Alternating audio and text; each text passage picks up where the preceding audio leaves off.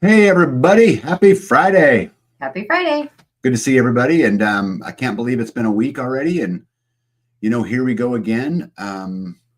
The stuff around the homestead, we're going to share some pictures like we always do. We're going to talk about the news that we always do. But something a little bit different I'm going to do tonight is there's been some stuff that's been pretty heavy on my heart over the last, really, 4, 5, or 6 days. And I want to share it with you guys. And I want to, get you, not just get your opinion, but your feedback too, and maybe just do some soul searching together to try to figure out what the right thing is. And again, I'll get back to that. But so tonight's live will be just a tiny bit different. Hopefully we can get to everything. I've got a huge slide deck on a couple different fronts and that, so we're going to do the best job that we can. I want to just tell all you guys I appreciate you guys being here, and you kind of create some level of sanity in my life, and just to talk to other like-minded people and those kind of things. But much going on. But first, let's get some hellos in, because that always matters. A lot. Starla Doak was the first one in. Good evening, Starla. I hope you're feeling well. Tambra's in the house. Good to see you. Dana Green, I hope Texas is going well. Jane, good to see you. Jean Menke, welcome in from South Texas. And no lives complete without a Pack rat. Pack rat. Good to see you. Matt's in the house. Good to see you, Matt. Nitos, how are you, my friend? City Greens, welcome in. Nurse Wang, good to see you. Redneck's in the house. Hey, I want to tell you guys a real quick story about Redneck. Yeah, I know, right? Redneck's going, oh shit. No, I have learned over this last couple weeks, I've gained a huge amount of respect for him. And I had respect for him before, but getting to see him in his element and the way he treats people, I've gotten into some intimate places with him, relationship wise. And Redneck, I just want you to know that I totally respect that. And I've been very impressed with all of that. And don't change who you are, and help people see that side of you, because to me, that's your superpower and that's your magic. And so anyway, I just wanted to say that and say it publicly. Was that like get out there more? Well, it's hard to know somebody Don't be so quiet until you get them in their environment. Oh yeah. And when you get them in their environment, you get to see a different side. Yeah. And I got to see some of that, and I sat back like, whoa, that's pretty cool, And so anyway, I just wanted you to know I'm impressed, and don't change. Terminator, welcome in. Who else we got in here tonight? The greatest name on the internet. Half is in the house. I got you trained, girl. I know. I know, right? Couple things. Yep. I think I said hello to City Greens. If I didn't, City Greens, good to see you. Actually, I think I did. AK Amber's in the house. Yeah. AK Amber, I had the exact same thought. She says, wow, it's already been a week. I know, right? I know. We have had a crazy week. I've managed to spend exactly 0 time working on the farm this week. Permatopia Farm is in the house. How is Mandy and Clan? Good to see you. Jane, hello. I already said hello. Lisa, good to see you. Parrot-eyed Stanley is in the house. Good to see you. Let's see. Aljo and Barbara. Don't forget Barbara. I think she's really the brains of the operation. Hickshaw 54, good to see you. Tina Conkle, good to see you. My friend One Step Closer is in the house. Kelly May, hello. Squatchy. My buddy Squatchy's in the house. Yep, that's a good guy, good channel. I really enjoy them a lot. I wonder if Lazy Loper's in here. Hey, Zeus, good to see you. Kent says evening all. Hope we had a grand day. Let me see here. Jane Badden's in the house. Good to see you. Silver Lining. Oh, my goodness. Hey, everybody send some prayers out to Silver Lining. She's doing fantastic, but, she had some tune-up stuff done. And so anyway, prayers to Silver Lining. Let's see here. Tune up. Yeah, tune up. Let's see here. David Strom's in the house. Hey, David, how are you? Let's see. Christine Beadle, good to see you from Arkansas. Matt says, hey, Tag, I sent you a DM on Messenger. Roger that. I will look at that when I get off the live tonight. One more rock. Welcome in. Sons of Hack, how are you? Let's see here. Mary Michelle is in the house. Oh, there's Lazy Loper. I got you. Let's see here. Yeah, Redneck says, wait till you see our students grow. It will be amazing watching the kids grow and gain confidence. Could not agree more. Absolutely could not agree more. Okay, got it. Squatchy says, Loper sitting right next to me. We're driving through town. RN, good to see you. And Skanes girl, welcome in. Think I'm caught up. Yeah. Silver Lining says, had to change the bearings. Yep. Yep. Had to change the bearings. It was funny. I knew that she was going to have her bearings changed. And so I sent her a text message, or I told B to send her a text message that said, I needed her to heal fast because I had concrete to pour. Yeah. And I wasn't, just Silver Lining, so you know, I wasn't kidding. I thought you were going to say I was just kidding. No, I was not kidding. But no, it's fun. Silver Lining is an amazing human being, and we miss you, and we can't wait to see you again. And I will do everything I can to have your favorite project concrete ready to go when you get here. Mm-hmm. Carrie Davis is in the house. There's Trouble. Good to see you. And Hacks for the Homesteaders in the house. You guys go check out that channel. That's a good channel as well. And they're in North Carolina right at the moment. They don't live there, but they're out there doing okay. creator stuff, right? Anyway, it just keeps it going. So, B, what you got going on? What do you want to talk about? I was just listening to you. You have plenty kind of of stuff. comfortable. Well, I got the taxes done. Yay! I still have to get the paperwork, the numbers and the supporting documents to the accountant, but if they are all, everything has been gone through and filed away in my accordion folder. Mm-hmm. So it feels good to have that off of my plate. Now I can focus on 2025 taxes. It's like never ends. 2024 is out, 2025 is in, and I'm already getting a message. So our accountant is still working on our 2024 taxes, but I'm getting emails saying, can you let me know where these 2025 things are coming from? And I'm like, girl, hold your horses. Let me focus on 1 year at a time. Hey, real quick, Christine Beadle, good evening, by the way, says, tag what fish hatchery you used for your pond. I use the Arkansas Pond Stalkers. Conserve friends, welcome in. The famous American roots are here. Good to see you as well. Carrie Davis says, taxes, what does you speak of? Yeah, I could write a book. Anyway, I'm caught. Go ahead. So I just tried to, like, if there's a deduction to be had, I want to have it. So I try to, I don't do anything that is not legal. Everything. I mean, I have receipts for everything. I have supporting documents for everything that I claim. So I'm not doing anything shady. It's just trying to put it into the right, where does it go category, because there's so many different entities from the job collector that I have to like put it in the right place, or it's not legit. So it would be handy, I guess you could say, to keep up with it monthly or weekly, but I don't. I tried to once, and then when I came back to do the taxes, I like doubled up my paperwork, and I was like, I already did that. Yes. Yeah.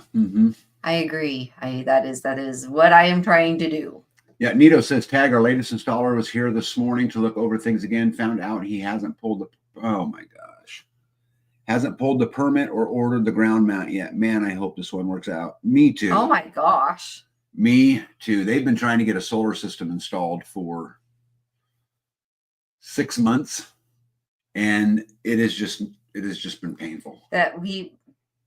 Yes, that's a lot. That's mostly why we do it ourselves on a lot of projects, because we have come to that same. Yeah. Carrie Davis says, thinking of starting some NGOs myself, non-government organizations. Yeah, you should.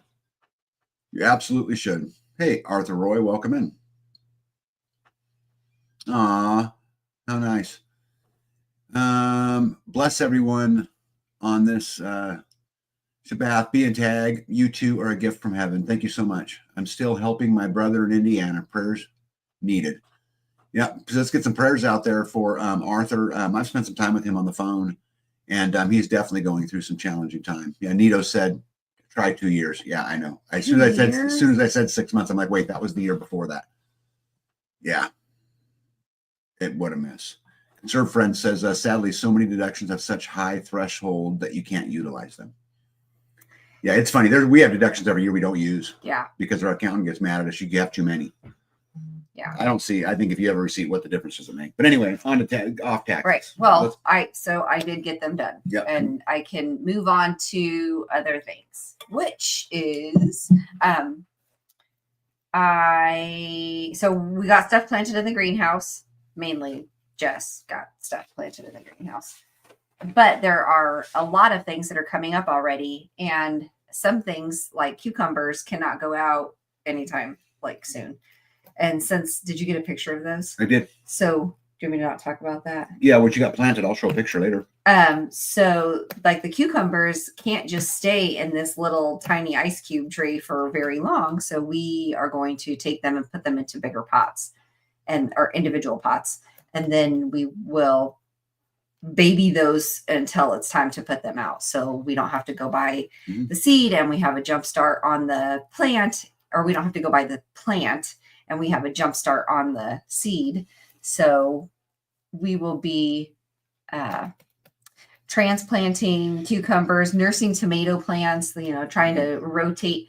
So the sun comes up and over the greenhouse and the plants start to grow towards the sun. So I have to daily take the lids off, rotate them, water them, put the lids back on in the evening. Sometimes if it's chilly, I'll leave the lids on, but mainly I try to take them off so that they can have some kind of like wind movement, I guess. So they're not so leggy.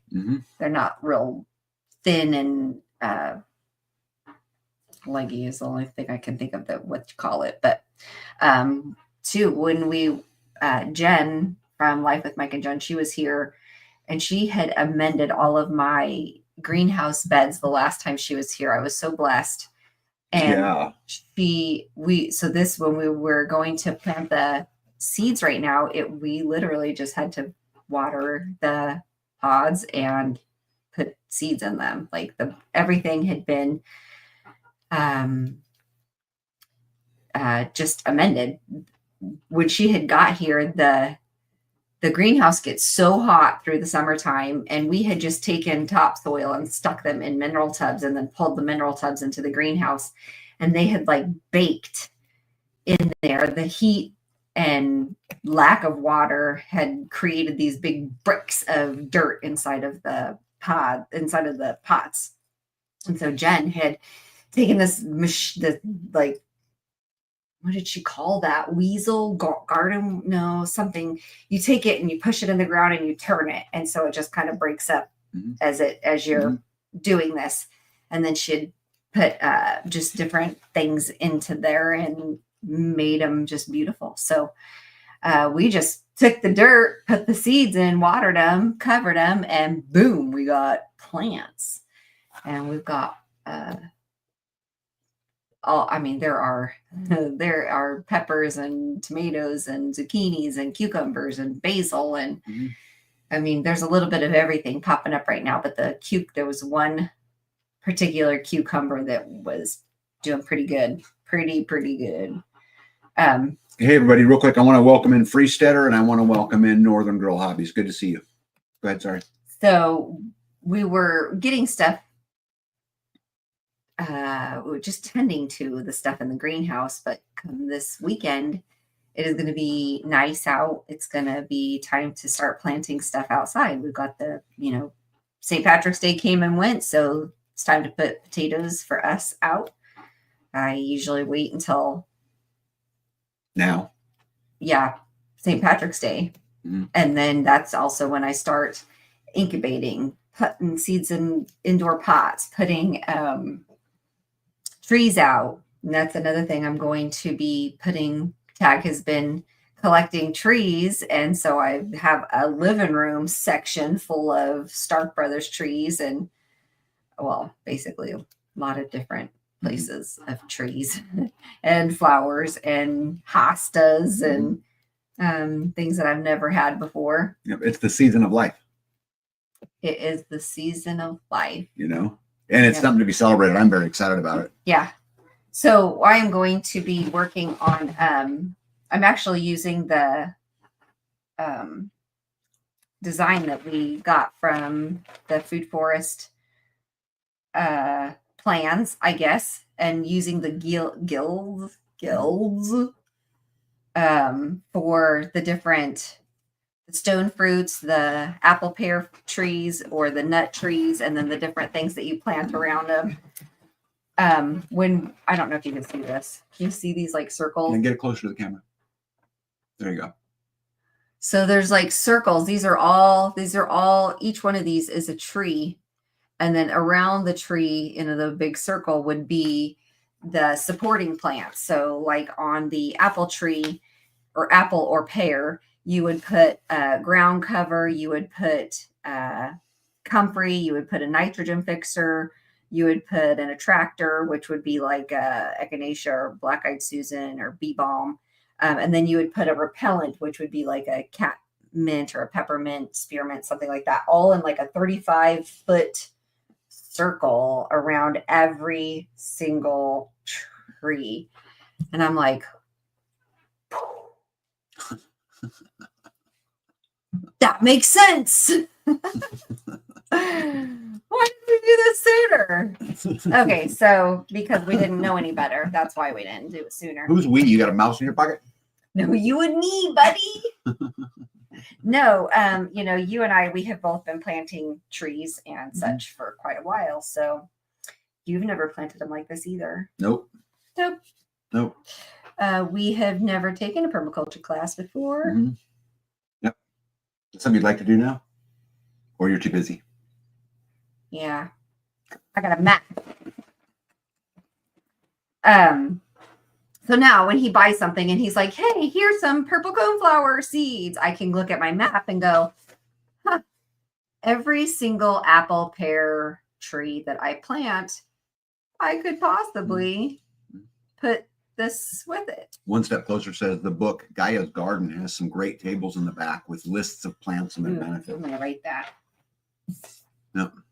down. Yep. Terminator says, I just came up from the bush, was cutting and splitting wood with my son, and had my husband hauling with the tractor. Finally, snow is almost all gone in the bush, but still lots on my garden. Yeah, that's a hard life up there.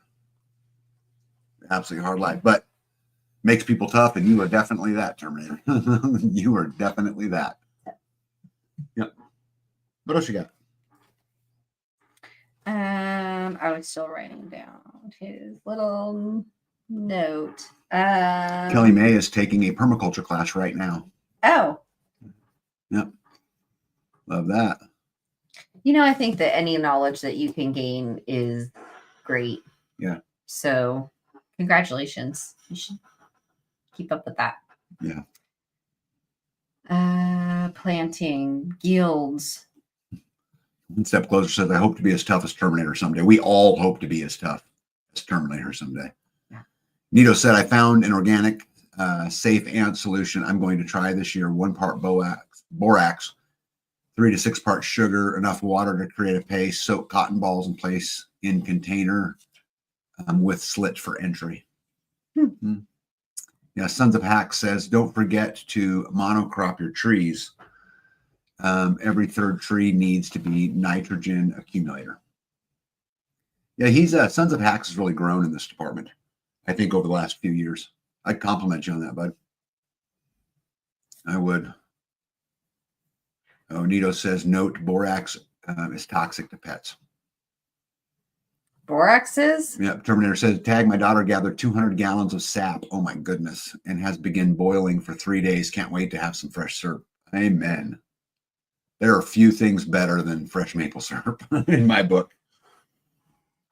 When I went up to Lumna Acres up in Vermont, one of the highlights of that was the fresh maple syrup everywhere you go. It was absolutely beautiful. Did they make their own there? They didn't on the farm, but every corner, every store you stopped at, a gas station had someone who was making it. Like we would get out here for like local honey or kombucha or something that corn. Right here, it would be maple syrup was up there. Yeah. Yeah. Hey, Hippocrates Garden is in the house. Good to see you, Instigator. Go ahead. Yep. Sorry. Then I was also going to talk about one come St. Patrick's Day. One of the other things I do is start my incubator. So Mm. I was blessed to find 13 turkey eggs, and I went ahead and put those. I started those. Since I started those, I have found 6 more. So I'm going to wait 8 days, and then I'll put another batch in. I think.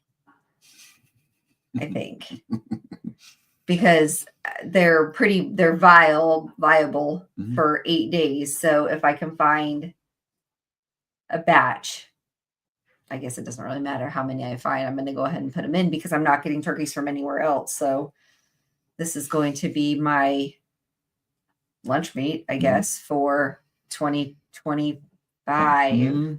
Yeah, maybe even into 6. Maybe. Yeah. I mean, hopefully if I can, if I'm blessed with enough. Mm-hmm.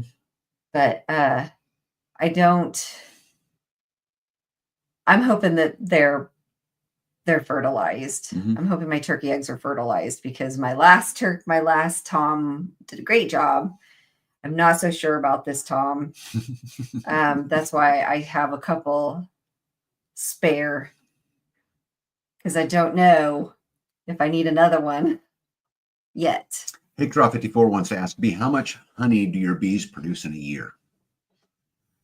So if I remember right, it was about 4 gallons per hive. It really depended upon the hive. And the year. There was and one that was really good, and then one was. Yeah.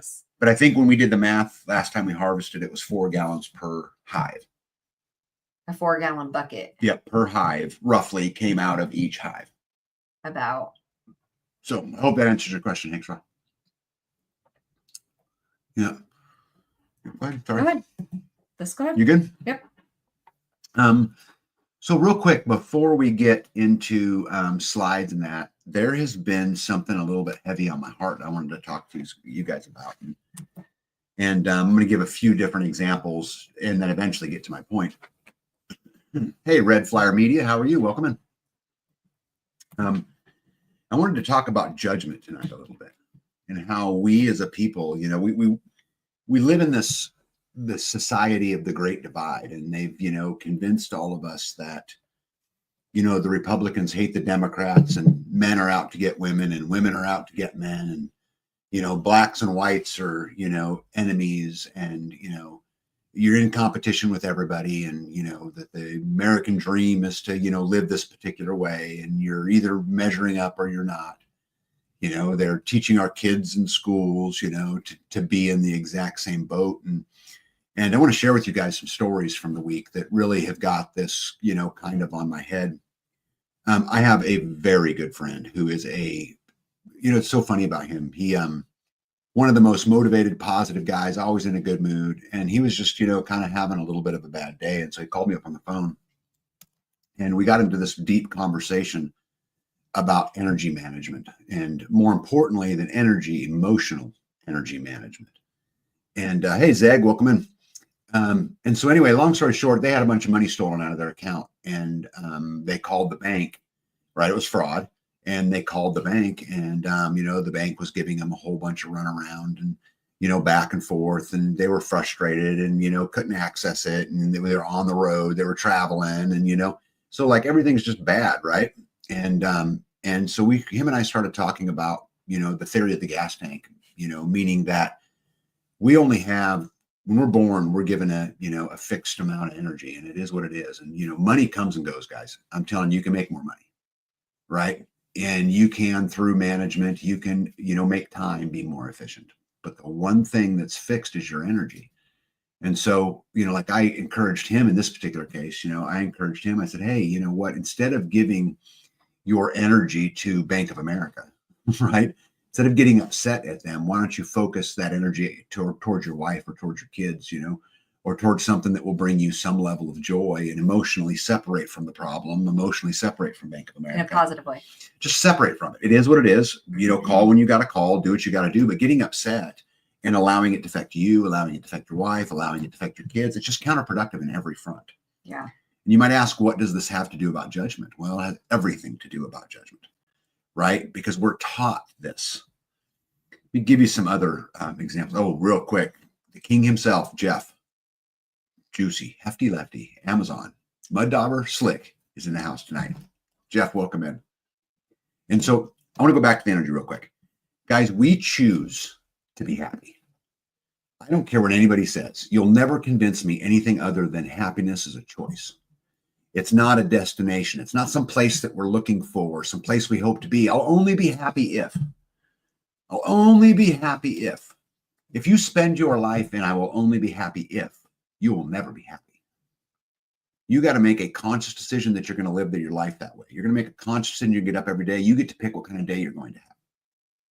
Right. And so again, how does this exactly, lead into judgment? Well, when things happen to us, we get, again, a choice to how we're going to react to it. So if someone bothered us or we think bad about somebody, are we really giving them grace? I mean, can we sit back and say to ourselves, I gave them a fair shake? Or am I just being judgmental as the system has taught me to be? Right. Right? Do I have all of the facts? And I promise you, I'm getting to a point here. And I'm going to share a story with you guys here in a little bit. But I think, oh man. And even if you have all the facts, can you remove the feeling from it? Yep. Hakershaw says, and then they want us to believe we live in a free country. Well, this is such a good point, because I'm going to tell you guys something. This is coming from someone who chases freedom, right? And I work very, very hard on it. But it also is a choice. It's a decision you make every single day, and freedom starts between your ears. How is it that we can say we're for freedom and then we pass on our beliefs critically to the people around us? How is it that we want to claim that we want to live free, but yet then we're critical of the way somebody else lives? That's not freedom. That's being a hypocrite, right? Freedom for you. But that's not freedom. That's one-sided freedom. That's two wolves and a sheep deciding what's for dinner. Ouch. Right? And so we have to do better. We as Americans, we have to do better and accept our brothers and our sisters, even if they don't agree with us. Because the fact is, guys, they're just at a different place in the journey. They've lived their life. They've had their things come on. Why can't we just offer grace instead of being judgmental? Let me share some comments real quick. Guys, if I missed some, I'm sorry, but there's they just blow by. Let's start right here. One step closer. So sometimes you have to take a minute and realize how far you've come and what you have to be grateful for. I think this lays great into happiness as a choice, being grateful. Yeah. I can look at life any way I choose to look at it, but I'm going to choose to look at it, in a positive way. Red Flyer Media says, I have learned that I never have all the facts. What a great statement. And you know what, Red Flyer Media, this tells me you're wise. Right? There's many quotes out there that talk about true wisdom is just in knowing you don't know everything, or that you know nothing, in fact. I like this comment a lot. Squatchy says, this is the whole log in my own eye tag, 100% right. David, which, by the way, I follow David a lot on social media. Smart guy. Happiness is found from within. We just got to let our ego get out of the way. That's right. And we got to let our programming get out of the way. They want us to hate each other, you guys. They want us to. Quick to judge. They want us to judge. They want all of these things, because as long as we're fighting each other, we're never going to fight them. Yeah. And as long as we're bickering amongst each other, we're never going to stand up and say enough. We're not going to pay attention to what they're teaching our kids, because we're chasing the American dream of a $500,000 mortgage, 2 car payments. We're never going to do it. We have to be bigger than that, and we have to be smarter than that. We have to start opening our hearts, right? And start opening our minds instead of just accepting and taking that status quo. Hey, everybody, the beautiful Louise. I got Wesley. Yes, I say that fast. Louis Wesley. Yeah. He always says, the beautiful Louis Wesley's in the house. And I said, why do you call her Louis? And he goes, I don't call her Louis. I call her Louise. And I'm like, no, you say Louis. No, I just say it fast. Anyway. The beautiful Louis Wesley is in the house. The instigator said, that's very Socratic, who reportedly said, I know nothing, but more than the experts, because I know I don't know. They think they know. He's a smart guy. I don't really know how I could have said that better. I mean, that's exactly right. But yet, why are we so quick to judge? Why are we so quick to say that our neighbor does X, and we make up these stories and we convince ourselves and we gossip amongst each other? You know, every single person in this world has value, and not a single one of us are equal. We need to celebrate that value. It's very important. And that, you know, that judgment and that divide tears so many people apart. It tears apart great communities, you know, like the one that I live in. You know, it tears apart cities, and it tears apart families. And I just don't understand how we have gotten to a point where we're so hypocritical. I just don't understand. You end up losing in the end. Well, you hurt yourself too. Yeah, that's what I'm saying. You end up losing in the end. We deny ourselves of these wonderful, beautiful, deep, right, relationships, Connections. Well, and diversity, and other people's opinions, and really getting educated. Yeah. And really, I'm trying to understand it, and we do it because of these things between our ears, you know, that wants us to be in competition with everybody all the time. One Step Closer says, yep, the devil wants us to be unhappy and feel alone. 100%. Hey, Indiana Mike's in the house. Ahoy. What's going on? Hey, Alabama says a friend's husband didn't know why his wife got farther with customer service than he did. And it's because you catch more flies with honey than vinegar. And you know what the crazy thing is about this is it's not being weak. Being nice is not being weak. In fact, I would argue the ones that are the most capable of violence are the nicest people, right? Because they know what that is. We have gotten to a place in our culture where we just attack each other and talk shit about each other. And, you know, I watch girls all the time, and girls are the worst at it. You know, sit and gossip in a corner about somebody else that they really don't know anything about. Why would they hurt somebody's feelings like that? What would they possibly hope to gain in that? It doesn't make them better. It doesn't make the other person better. It doesn't contribute in any way. And yet we can still constantly do it. Hey, batshit crazy. Welcome up. Welcome in. Hippocrates says, we forgot we are supposed to be adults in community, not children on a playground. I know, right? And when did this start? Is this the result of the participation trophy?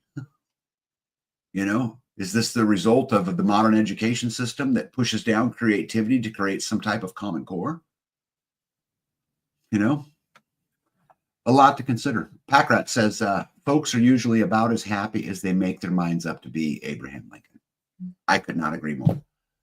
And guys, I'm not perfect at this. I promise you. There's days B has to check me, and there's days I have to check me and say, hey, snap out of it. Right? Because at the end of the day, we're going to make the choice on what our existence is. Those are the chicks I do not hang out with. That is for certain. Hickstraw says, I believe you have the most freedom when you live off the land as much as you can near like-minded people and barter as much as you can. You not only starve the beast, but you get great peace of mind. Hickstraw 54, this is a really interesting comment. I think I would challenge this just a tiny bit. Although what you said there would be my definition of freedom. And obviously, it's your definition of freedom. But could somebody not be free living in a high-rise apartment in New York City? Because I think they can. I think if what your definition of freedom is you pay somebody for everything, right? And you're living the life according to your terms, I think you can be free there. I think it's about the way we view it, right? Freedom and in getting free starts between your ears.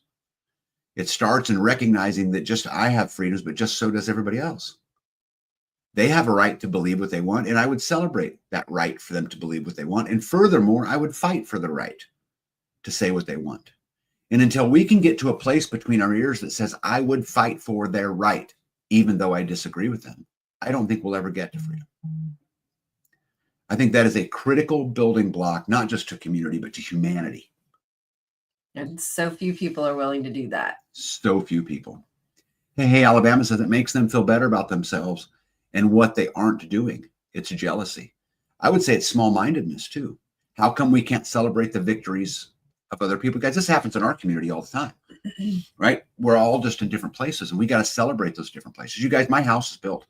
My energy systems are in. My water systems are in. I've got paddocks. I've got animals. We have people who came to this community this year who were living in a 300 square foot shack trying to get water, right? Or don't even have a shack. They're in a camper. Or they're in a camper, whatever it is. And the fact of the matter is when they're in that camper or they're in that shack and they flush the toilet for the first time. It should be a gigantic celebration to everybody around them at the milestone that they had made, instead of tearing them down because that's all they have at this moment. What's wrong with us? Or how they did it. Skanes Girl says, women are terrible about it. We should be edifying each other instead of tearing each other down. Totally agree. Nito said, I worked in customer service for years. A positive attitude is a must. Attitude is everything. Kelly May says, truck drivers are big with the gossip. I listen to Bubba and my other male coworkers gossiping every day. Fair. And maybe my statement about girls are bad about this was unfair. Because maybe guys do it the same. Guys around me don't do it. We don't are really into any of that. We just build a fence. But fair. That's a fair statement, Kelly. And thanks for checking me on that. Right? Like, look at what just happened right there. This is the point, right? Kelly's not wrong. No. She's 100% right. Yep. And thanks for being direct with me and making me go, probably right. See, I could have chosen right there to fight with her. To fight go, back. No, you're wrong. But she's right. It's okay. Well, and it's her story. So her journey. Who are you to tell her she's wrong in the first place? That's right. 100%. Luke 6:27. But I say to you who hear, love your enemy, do good to those who hate you, bless those who curse you, pray for those who abused you. Northern Girl Hobby says, Hakesaw, we do as much of living off the land as we can. Yeah, and again, guys, this is my definition of freedom as well. I like the TV series The West Wing. The best parts was when he offered a job to a young lawyer from the opposite party because the president likes to be surrounded by people who disagree. Any great leader will want to be around people who disagree, because I promise you can't know it all. There's just no way, I want to be around people I agree with, but I need to be around those I don't to test me and my preconceptions. Well said. Absolutely well said. Skanes Girl says men are bigger gossipers. Women are extremely catty. You agree with that? I think it depends. There's men and women. Happiness is fleeting, just like every other human emotion. Well said. Reaching milestones is a fantastic source of happiness. I honestly think guys are worse, but maybe that's just in the world of trade workers. I think maybe what B said is right. But hey, Alabama said it. Everybody does it. Yeah. Sometimes. Yeah. So none of us are perfect, you mean? Yeah. Guys, I'll tell you that right here in our community, we face this all the time. And it's not that people are out to get anybody, but it's very easy to say, woe is me, or it's very easy to, look for somebody to blame. When you experience a victim mentality, then you have to find a bad guy. There's no other way around. Or point out somebody did something silly or wrong or whatever. And guys, I'll tell you, every single person in my community is guilty of this at some point or another. Now, we're generally are really good at this, but everybody does it. I'm sure that everybody listening tonight, all 84 people that are on here, do it from time to time. And thank you for being here. Yeah, but we can be better, and we can challenge ourselves to be better. We can accept the discourse as healthy. And when someone comes to you with a concern, did you guys realize that it's a compliment? Because they came to you. Because they came to you. That's right. That is absolutely right. And we got to be able to find a way to see it as the compliment that it really is. Because they could have just talked about you in That's the back. Right. Oh, what did he say? Stab me in my face. Don't stab me in my back. Yeah. Who said that? Indiana. Oh, yeah. Trench. Yeah. Yeah. Trench is a wise guy. He said, yeah. So like, just cut. If there's an issue, I'd rather you just come to me and tell me. Just stab me in the face with it. Yeah. Don't go telling people about it and stab me in the back. I'm sure everybody on this live tonight would rather have someone just come say it to their face instead of talk about it behind their back. I would. Yeah. Right. And I get my opinion changed all the time, lot by B, but, there's just things I don't know. And I think collectively, I've always said that all of us are smarter than any one of us, but that assumes that we sit and have that healthy discourse.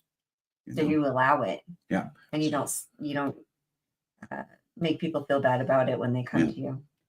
Starlet says, judging a person does not define who they are. It defines who you are. Very well said.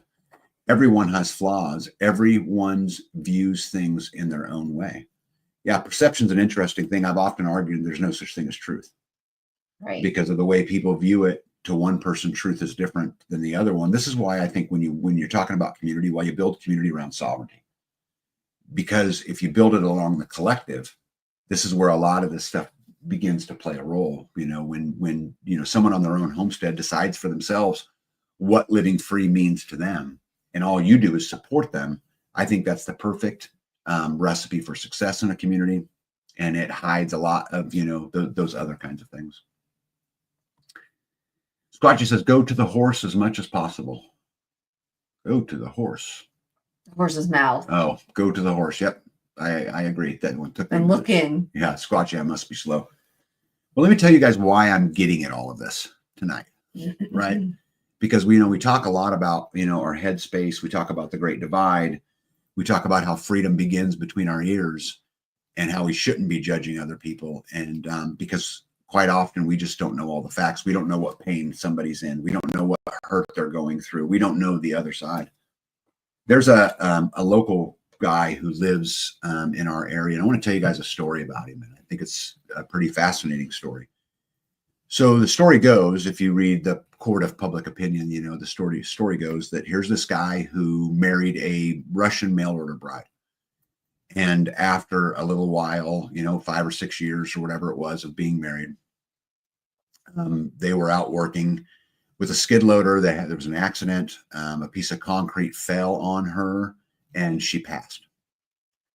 And they had a daughter together at the time. And so this was a big tragic event, obviously. The local sheriff's department did an investigation. They did an autopsy. They did all of that. The county sheriff's department, the Kansas Bureau of Investigations, and another agency ruled that it was an accident, that there was no signs of anything else other than the accident, and ruled about it. Now, this was years and years and years ago. So a little time goes by, and he decides that he wants to try again. So he goes and marries another Russian mail order bride. And they're together for a little while, and pretty quick, no, she's gone, and no one knows where she went or what happened to her.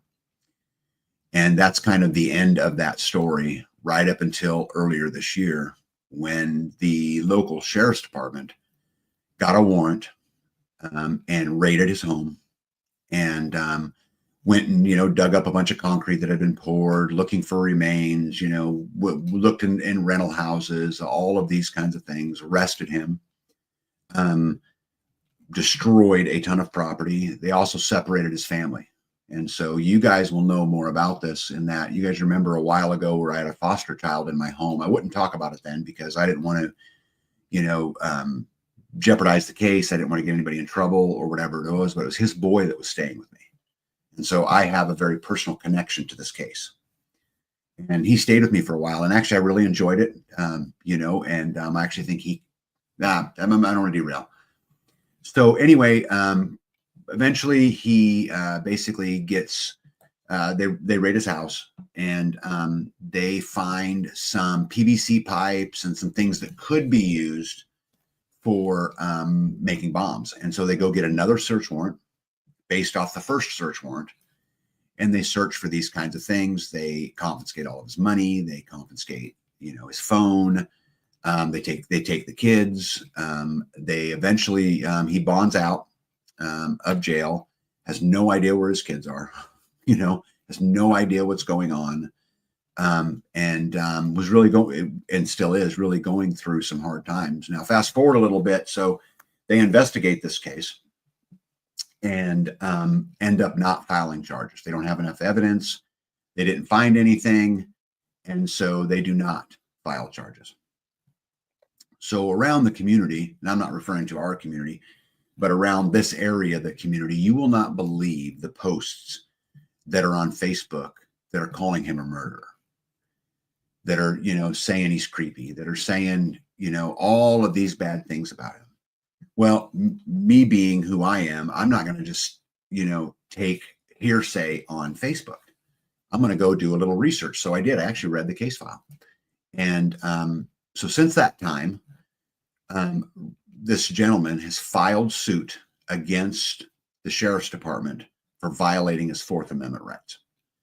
So then here comes the big storm on Facebook again. Oh, what a waste of taxpayers' money. The guy's a murderer, blah, blah, blah, blah, blah. And you guys know what? Almost nobody on there has actually read the case file.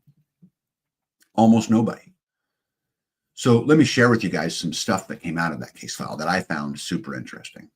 So keep in mind a couple very important facts. The first one is the sheriff's department did not file charges.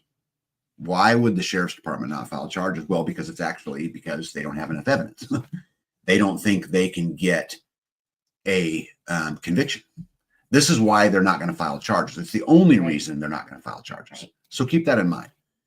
The second thing is the first wife's death was ruled by 3 different agencies as an accident. Well, and I think she was pronounced at the hospital. So Yes. it wasn't like she passed at Yes. the home. Yes. She was transported and passed Yeah.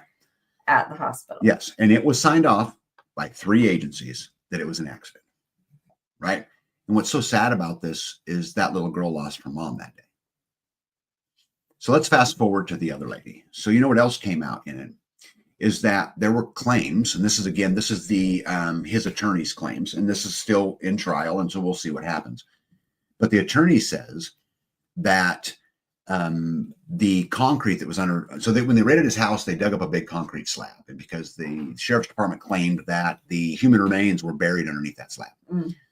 So they came in with a backhoe, dug this concrete slab up. And what the attorney is now claiming is that that concrete slab was poured in February, and the last reported date of her being there was in March. So the pad was poured prior to the last known time that she was there, and yet the detectives in the case withheld that evidence during asking for a warrant. So the sheriff's department withheld, according to the attorney, withheld evidence in order to get the warrant. The other things that's in there that I find interesting is the lady herself went in before she disappeared, went in and changed her her address, home of record address from this man's house to her hometown in Russia, just a little bit before. She also took out a certificate of deposit. So she was putting money away. So this lady was putting money away, had changed her residence from his home to her house back in Russia. One day she disappeared. No one has ever seen or heard from her again. They have no evidence of foul play, none of those kinds of things. And in fact, the detective was talking about how it was a hunch. So how is it that on a hunch, we can destroy somebody like that? Hey, Parsons Road, welcome in. Good to see you. The whole community will. Yes. And so now here we have these, local town, people talking about he's a murderer. And guys, you can argue that was weird. You can argue whatever you want, but the fact of the matter is they investigated. They've been through warrants. They found nothing. Right. And if the sheriff's department is proven to be withholding evidence in order to get a warrant, right, that is a clear violation of his Fourth Amendment rights. Another very interesting thing I found in there is a lot of the issuing of the warrant was based upon a third person's testimony. So the neighbor of this guy had made a comment to one of the detectives back like in 2006 or whatever it was, a long time ago, about how this guy had been, you'll wait till you hear this, that this guy had been claiming he could kill somebody and nobody would know, or that he was violent or whatever it was. Hearsay. Yeah. So, but this was never put on record by this exact detective, who was a sheriff's officer at that point. It was never put on record until 13 years later he files a report. So the third party testimony of his neighbor, they never filed a report for 13 years. And then they based the warrant partially on that. Guys, I can't tell you, hey, Amy B, welcome in, and Todd, welcome in. I don't know, guys, what happened. I wasn't there, and I'm not even going to begin to testify to what happened. This is what I'll tell you. We in this country are innocent until proven guilty. Supposed to be. Okay? There's a reason why we have due process. There's a reason why we have the Fourth Amendment. There's a reason. And at the end of the day, B had a really funny comment to me earlier. And she said, tell them about your ex-husband, the comment you made earlier to me. About your ex-husband and being notified 20 years later, and like the comment you made. Oh, about having to about her leaving. Mm-hmm. Oh, I said, but because there were people on the live or on the Facebook that were like, why, how could she leave? How could she be missing and him not even care? And, like these people were present in this relationship, right? Like, how can he love her and all of a sudden she's gone? And, how can a person do this? And I'm like, oh, what are you talking about? She probably left because she got sick of his shit. Like, I left because I got sick of my ex-husband's shit. And that, yeah, he looked for another wife, that just like my ex-husband did. He looked for another wife. That's what you do when you're no longer with the person. Yeah. I had my ex-husband's wife actually contacted me 20 years after I was with him and wanted to know my side of the story. Mm-hmm. I'm like, leave me alone. Mm-hmm. Yeah, Amy B says, hey, Amy B, by the way, it's a statute of limitation. Well, there's no statute of limitations on homicide, right? But I think this is important to note. This isn't a homicide case. It's a missing persons case. They have zero evidence to anything to the contrary. And that's what I'm saying. It's a missing persons case. She wants to be left alone. Does anybody see this? Like, maybe she was not in love with him. Yeah. And didn't want to be with him. I think there's a lot of the why does he have to justify it? Right. Kelly May says, I don't know about this case, but the media has spread lies about people and destroyed them too. Too many people think that the media says is the absolute truth. Like they know, like they were there. I'll go a step further what the sheriff's department says. Because the burden of proof is on the sheriff's department. That's how our Constitution is. They have to prove beyond a reasonable doubt. I'm going to tell you, I will watch this case closely. I don't know what will come out of it.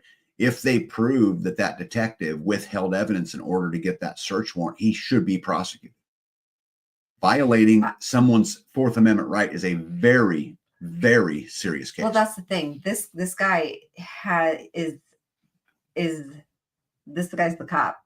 He has things that he has to go by. Mm-hmm. And if he is not doing that, he is not doing right by this guy or that guy or any other member of the public. Mm-hmm. If it's the omission of truth is still a lie. Right. So Indiana says, how about the level of force used to carry out the warrant? Yeah. So these guys showed up a whole nother problem.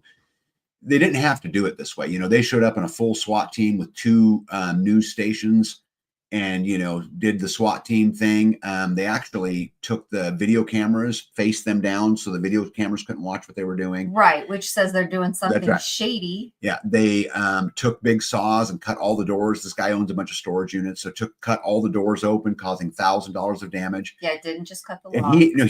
He volunteered his keys. He cut. And they would rather cut them open, cut a safe open right down the center, and then took the content, which was cash. Content. Right. And then in the police report, and I seen this with my own eyes, the police report says contents of safe. It did not list the actual cash, the actual items, none of those kinds of things. And he had to fight for months and months and months to get his cash back so he could fight for his own freedom. And tell me how fair that is. And even more importantly, separated his family.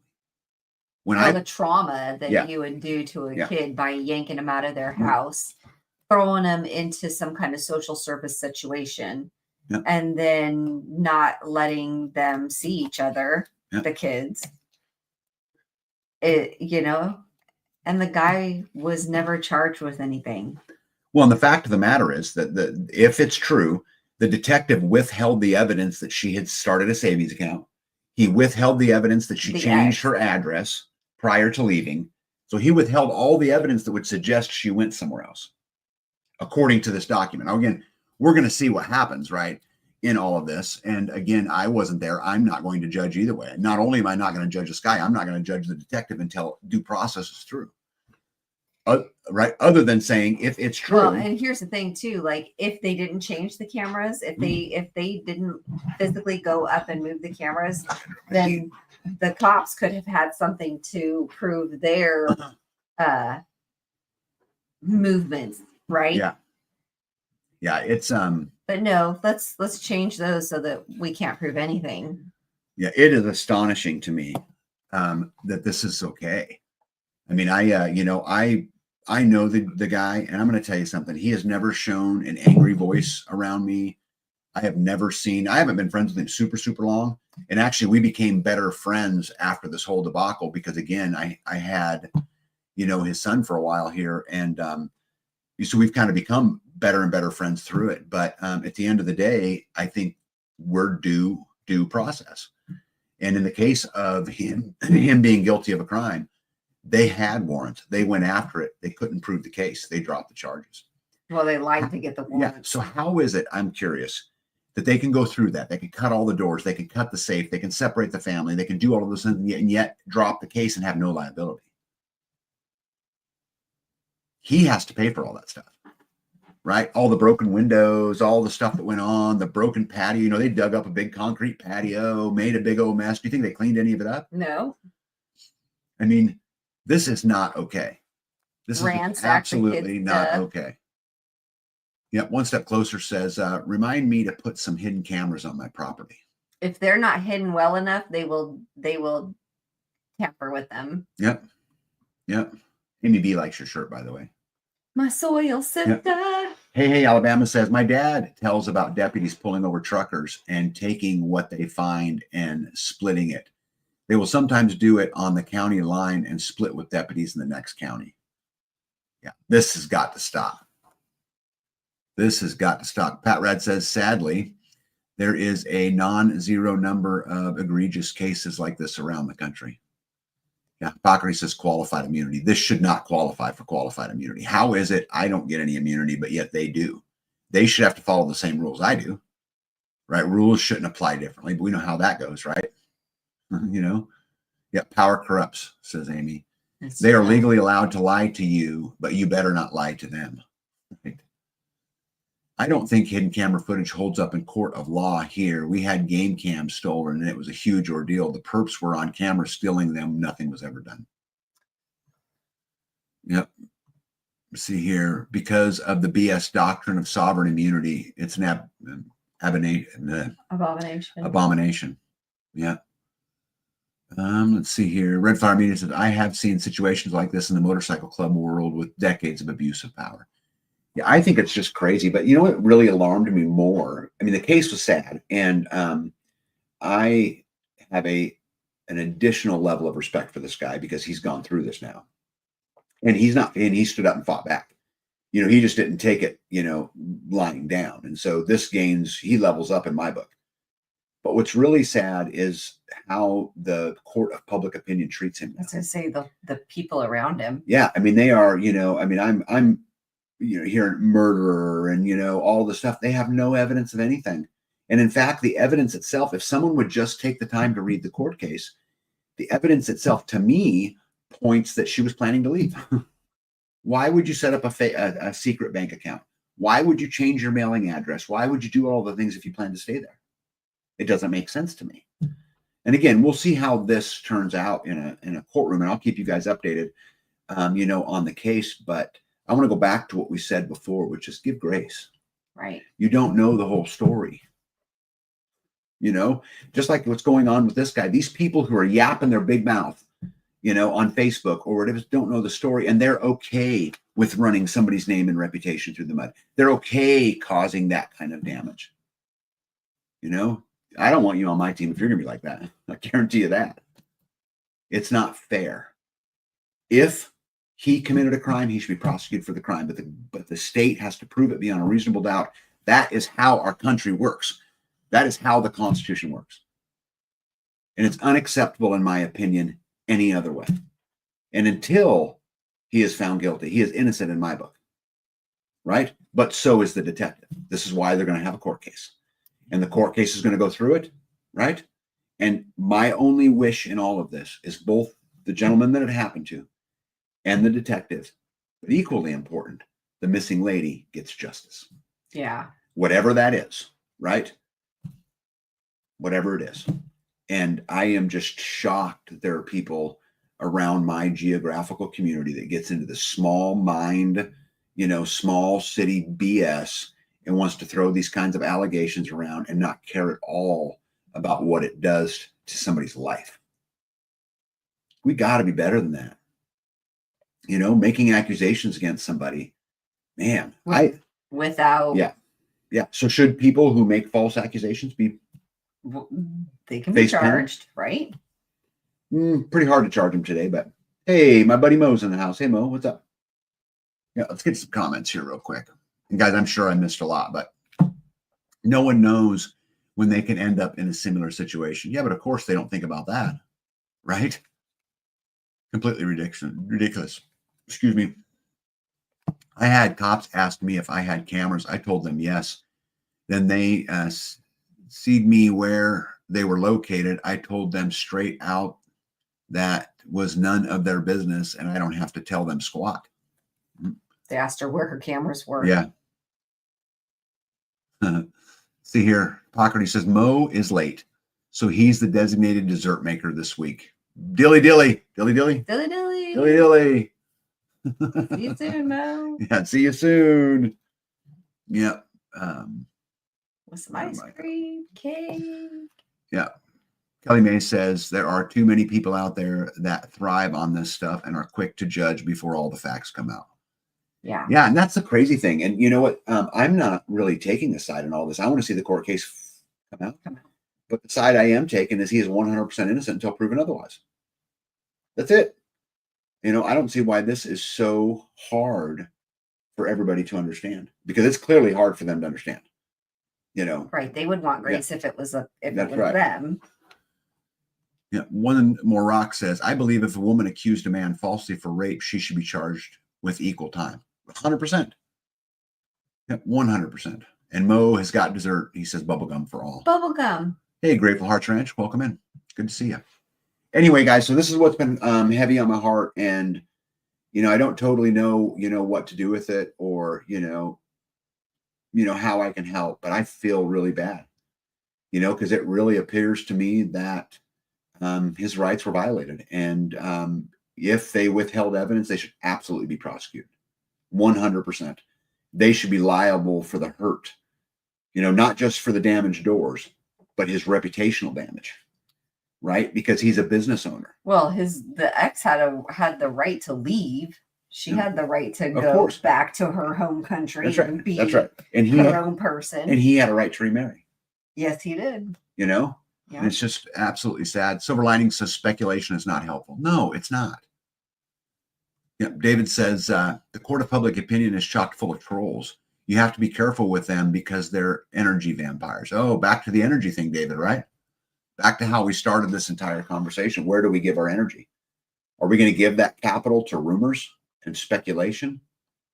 Or are we instead going to give that capital to our wives, to our husbands, to our children, right? To our brothers or sisters, to the people we love, to the people around us, right? Because we can give that attention to anywhere. Who knows, right? Hey, RN, good night to you. Northern Girl Hobby says she probably didn't even go back to her country, B. And maybe not. Nobody knows. Right.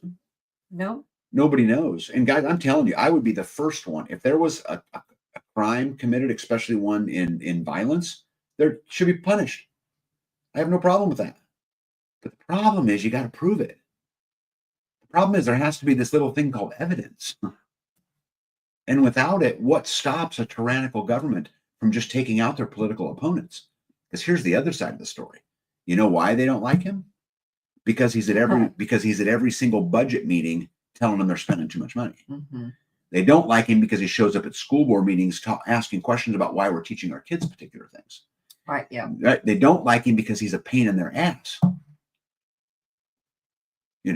What a great way to eliminate a pain in the ass than to have a hunch. A hunch. That's what it says. That's what the document said. I had a hunch. There's got to be more than that, right? Scanes Girl said, this is rarely while I'm on Facebook. Yep. Terminator says, Tag, remember my sister that contacted you and she tried to make me lose my property? It was a big fight, but I stood my ground with her. She has since passed in February, which she deserved. Terminator, I'm going to tell you something. I'm sorry that she passed. And, you know, life is valuable in every single front. But this is actually a really great example. I've never shared this story, Terminator, but because you just did, then I figured that it's okay. But I had Terminator's sister call me and talk a bunch of bad things about Terminator and her family. And you know what the facts are? I didn't give it any weight at all. You know, I said, I'm going to judge Terminator by exactly what I know of Terminator because I don't know. I wasn't there. Right? Everything else is just hearsay. I'm not going to get into that, and I'm not going to jump on the bandwagon. And I thanked her for her comment, and that was the end of it. We never talked again, and obviously we never will. But I am sorry for her loss because, again, you know, life is life. Yeah. Let's see here. Red Flower Media says, oh, yes, that's the core issue. He shined a spotlight on their behavior. Oh, he did. Oh, he did. And, you know, it's funny. He continues to. You know, he still hasn't backed down, which I love. So, you know, I just challenge all of you guys out there that, you know, be careful if you're just judging. Yeah. Right? Or you anybody. Take a step back and say, what do I really know about the facts? What do I actually know? What have I actually read? Because the fact is, if you just got a hunch, then you're no better than they are. You're no better than a police officer who hid crimes, and you're certainly no better than a man who killed his wife. You're certainly no better than any of them. You know, if we're participating and giving our energy to the exact same thing. Yep. Maybe she used him to escape her background. Yeah. There's well, this is important too. So there is a part of in the report that talks about where she came from was very crime ridden, organized crime. And then you know, she come here to the States and then she's free. Yeah. One more rock says, I don't know how anyone could live with themselves knowing that they falsely accused someone or hidden evidence that would have proven them innocent. Me neither. I think it's the, you know, the you guys know the statue of the lady, the law lady, right? There's a reason why she's blindfolded. Right? Because it should be blind. It is just about the facts. And there we should make, it should mean not a justice bit of is blind, right? Justice is blind. It should make no difference if we're prosecuting a career criminal or a career detective. It should make no difference. It's the facts should dictate the outcome. Right. Right. It should be blind. Right. If they do that to him, they can do it to you. Stand strong, community. 100% agree.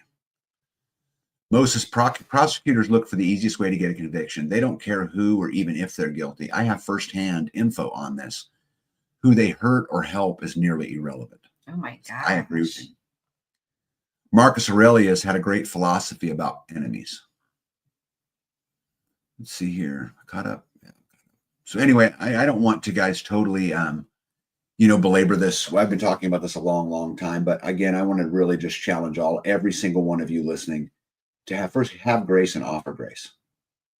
And if you don't feel like, you know, something's going your way, take a step back and say, do I really have all the information? Right? And if things still aren't going your way, is that really where you want to donate that tiny bit of energy capital you get in this world? Is it making you better? Is it making anybody else better? You know, don't spend 2 seconds of your energy worrying about a problem you have no control over. And if you do have control over it, quit worrying about it and do something about it. Yeah, and if it's somebody else's problem, get your nose out of it. There's another good one. If someone else's problem, get your nose out of it. Yeah.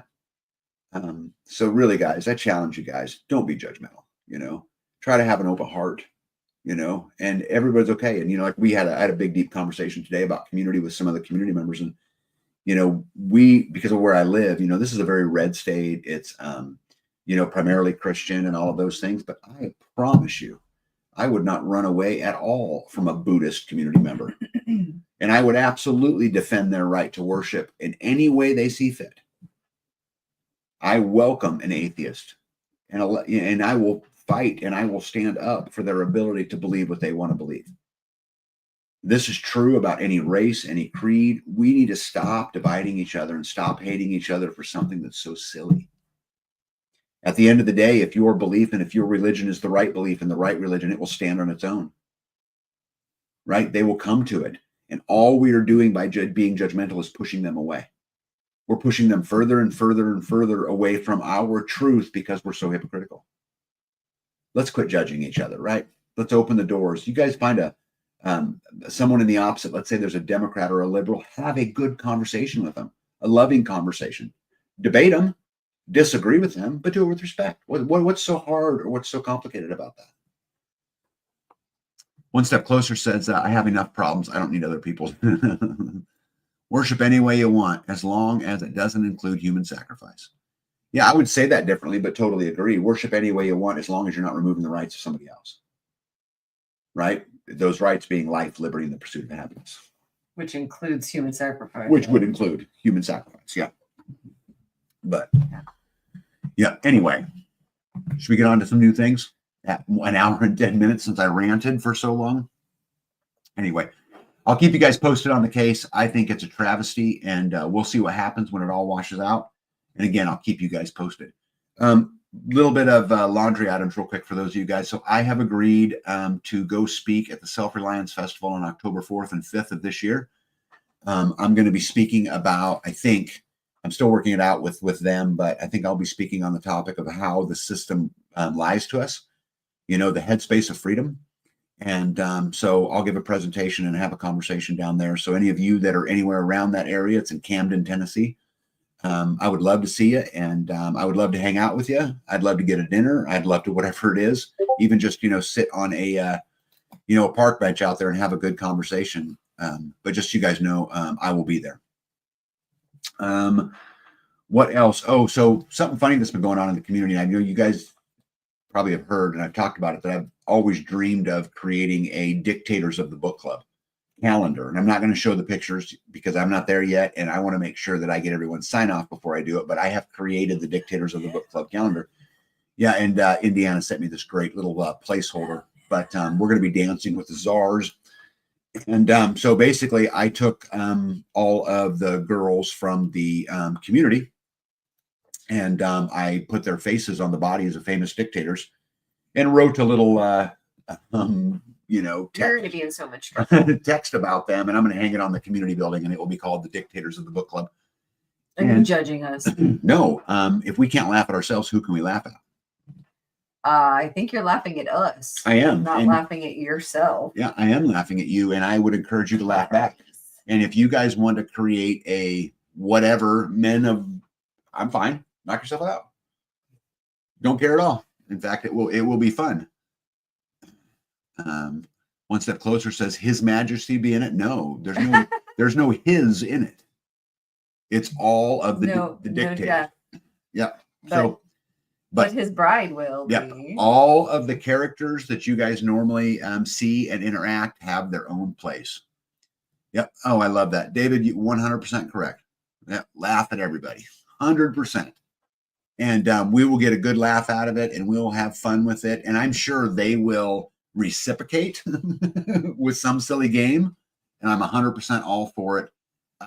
For all of the community members who are on this live tonight and who are listening, specifically the girls who I made the calendar after, I want you to know that I welcome you making fun of me. Do it any way you want. I don't care a bit. It will be fun, and I'll even show it on the live. So, but I think it'd be funny. You agree? It would be funny. Okay, you want to get some homestead pictures? Because we are like way behind. BEE is closing in on pod 4, you guys. As you guys can see, she's got it in primer. Well, at this stage, she's got it in primer, which is pretty cool. And you can see moving in, right? I've got one door to trim over there, right? And she started painting the ceiling. Look at that. That picture. Yeah, I was painting. Yeah. Sorry, Louise Wesley says, I heard about your calendar today. Watch your back, Dad. Watch your back. Love it. I love it. And I absolutely welcome it. Indiana Mike says the surveillance state is real. I got the ad for that shirt promptly after we talked about the calendar. Yeah, crazy, right? Absolutely crazy. So there's the beautiful Miss B working on painting, right? And she wants a dark charcoal ceiling. She's got a lot to do. That's Mo. Want to read it? She missed a spot. I did. Where? Yeah, so I didn't realize how much of a pain in the rear it was going to be to get in between each one of those slabs of wood. You've been up there with a paintbrush, so you got a lot of them. Well, today. you could see, like, I started at the fireplace and worked my way out. Yeah. So there's several boards that have been painted in between, but then of course there's several that still need to be worked on. Yeah, and hypocrisy is being funny, but this is actually an interesting question. What kind of light is used for the first stage of painting?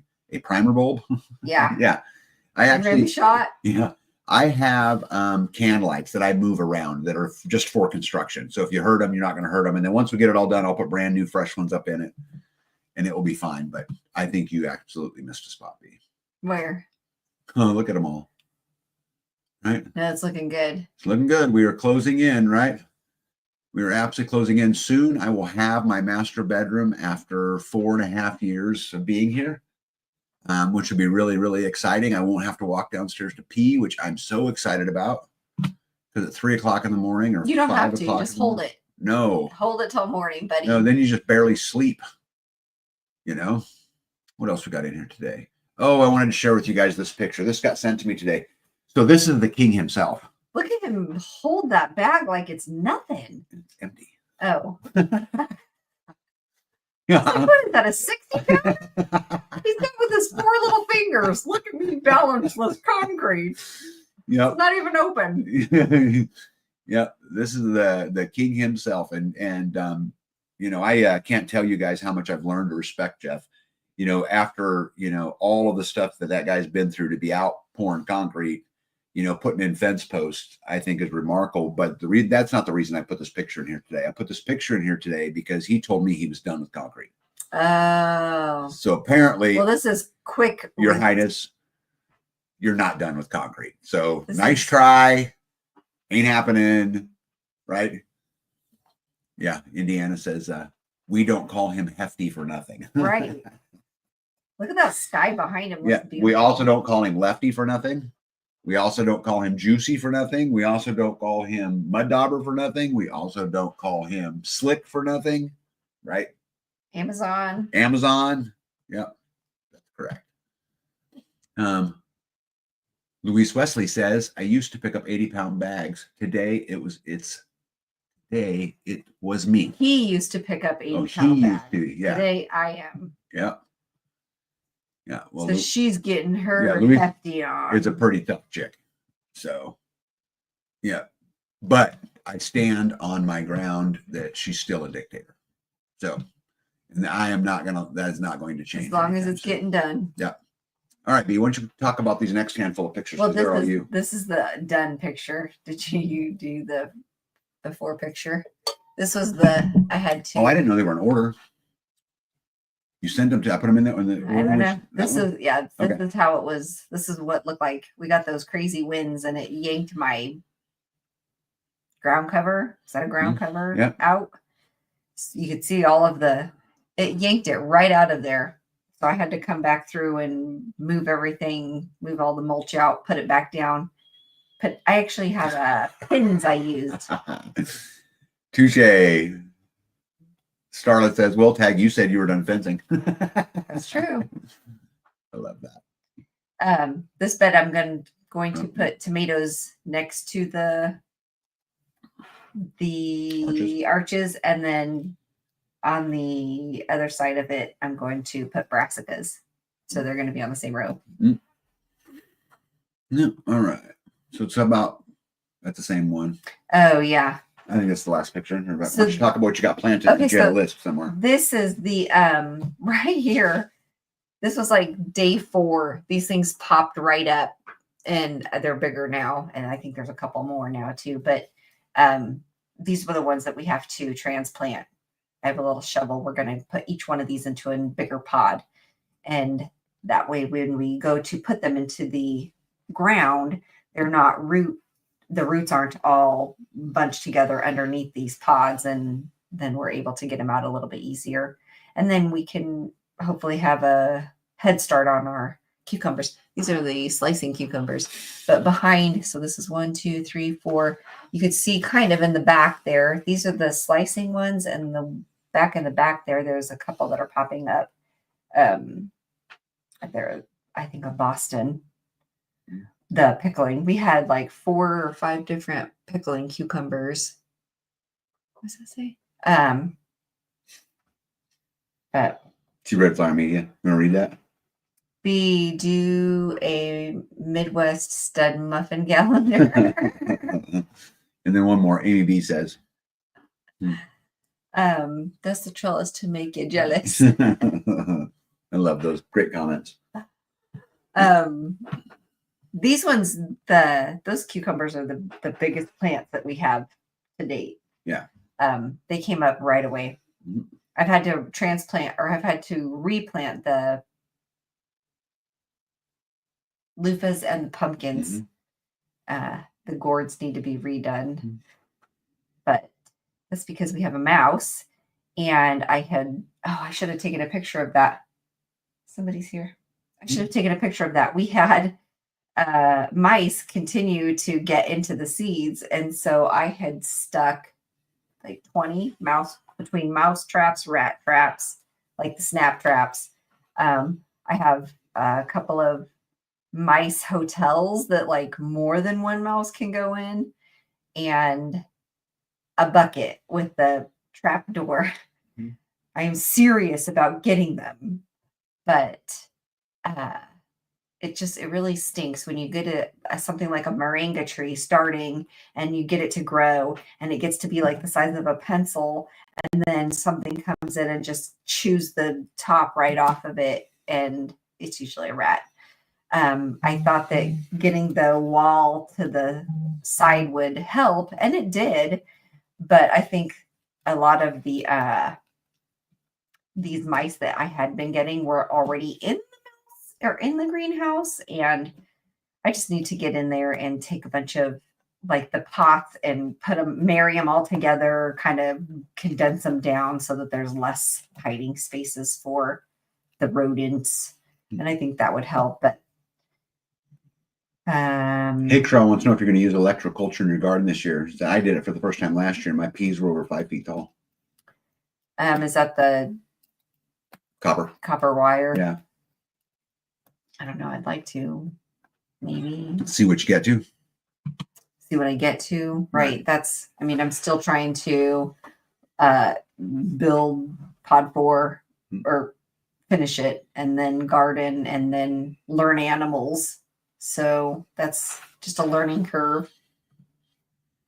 Yeah, Zeg wants to know if you think I just need an extra dose of fiber. I don't know. Do you? I don't know. For what? Well, he wasn't asking me. He was asking you. I don't know what. Yeah. Anyway, I do take care of his supplemental needs, though. Yes, you do. No. Anything else you want to talk about on here? No. So, guys, we're going to get on to good news, but everything's going good here at the farm. Things are popping up all over the place. I've been super busy doing work stuff, so I just haven't been able to spend a lot of time on the farm. I'm hoping to this weekend.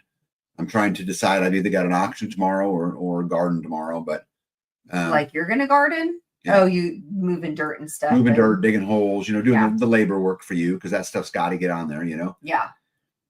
But we'll get to it. And you've got a bunch of fruit trees to plant that are in our living room. Yeah. Not just, trees, plants, flowers, all the, the supporting plants too. Yeah. Maybe you get some help from one of the ladies or somebody to come help you through the day. But in the meantime, I'll do my best to help you. Hey, Rose, how are you? What up?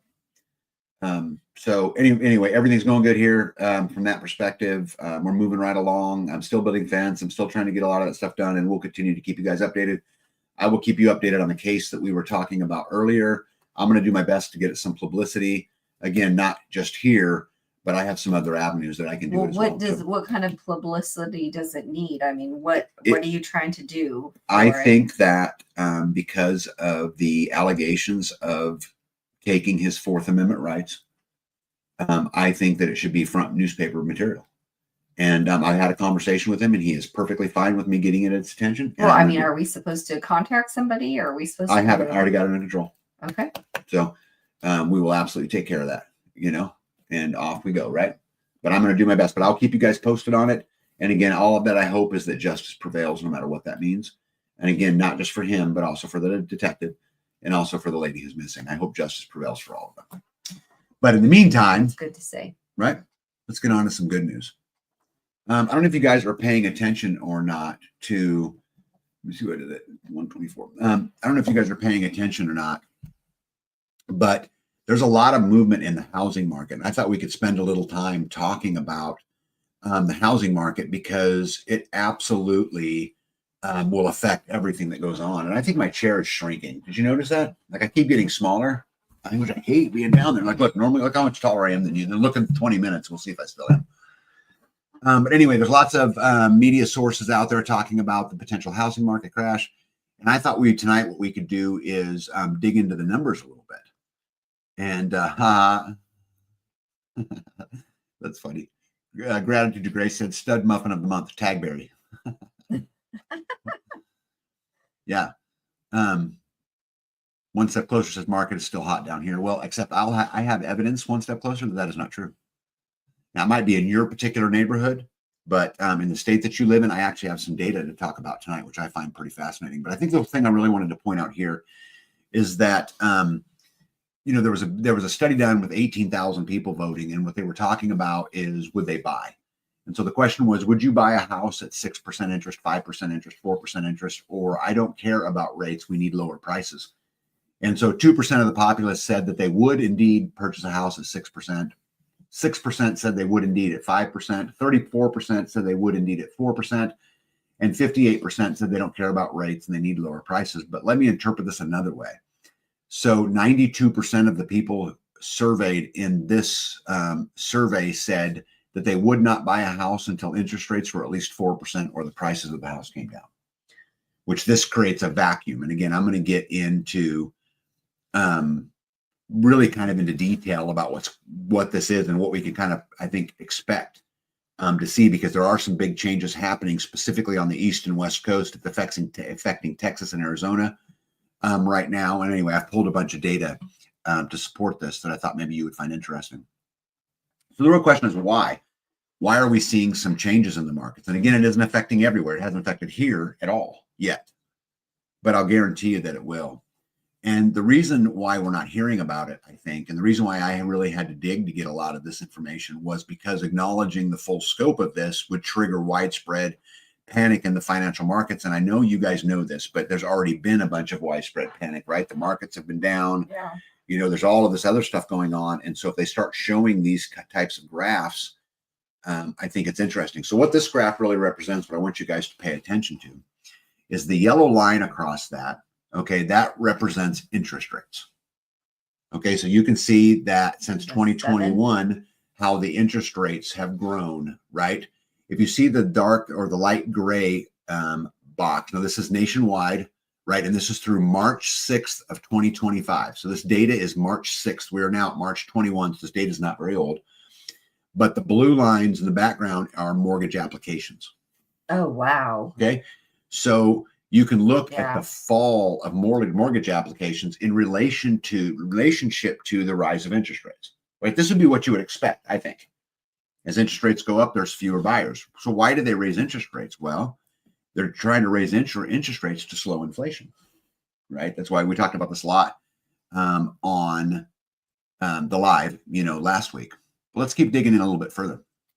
So housing affordability has reached its lowest level in the last 40 years. So did you guys know that in 2025, the average required income to purchase a house was $115,000? And yet the median household income is right about $75,000. So the average American makes $75,000. But yet, because of inflation and because of the rising house prices, which we can dig into here a little bit, but you need $115,000 to buy that average house. The reason why the housing prices are so expensive is because the government has been subsidizing house sales for a decade. When Trump came into office and they started taking those programs away, they're no longer subsidized, which again, I think logistically would tell you we would see falling house prices. Right? Does that make sense, B? So, no. So Okay. Let me say it again. Say it a different way. So if the average American family today made $74,000 a year, let's just call it $75,000 a year. But the average home to purchase, you need at least $115,000 a year. What that would say is that the average American can no longer afford a house.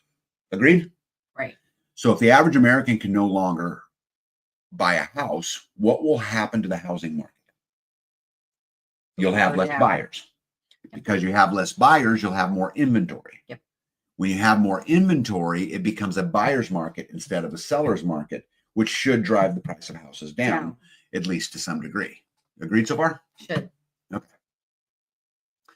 So this here is the median sale prices of homes sold in the United States of America. And so if you look, the gray lines in this graph are all of the recessions, right? So like if you look right here at this one, B, I know you guys probably can't see my cursor. That's the 2008 recession, the housing crisis, right? But look at what happened to it, even through all of those. So the housing prices steadily climbed, steadily climbed, steadily climbed. We went through the 2008 bubble, right? Follow me, babe? Yep.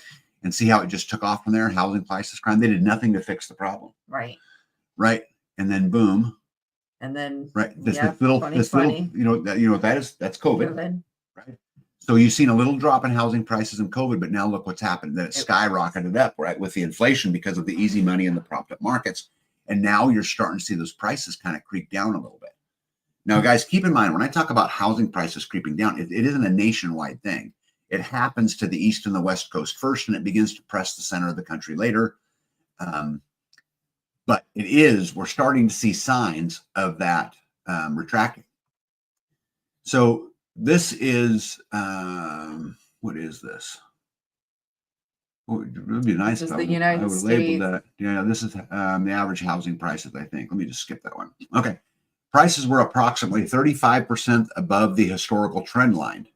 Okay, so what that means, if you look at the price of homes over time, right back, this is 1890, all the way back here, right? And see how you had a really slow, gradual, increase, right? Until you get to about 2000. Well, that's 1997, early, but if you look, it really starts to climb about 2000, right? And this is when, again, things became inflationary. And if you look at the 2000 housing bubble, which is where that arrow is, you would think, right, that the home prices would have fallen right there. Right. Because they had the big housing bubble, but they didn't. And here they are at their current trend. So if you look how housing prices have steady till about 2000, it's created this gigantic bubble. Hey, G-Johns. It's gigantic. See, inflation. Lower interest rates, lower housing prices, lower rents, lower inflation, all good, right? Not necessarily. Lower wages, higher unemployment. Sounds like a slinky. Yeah, actually, there's it sounds like stagflation to me, right? Where you have, high unemployment and high interest rates, right? Which typically don't, run together.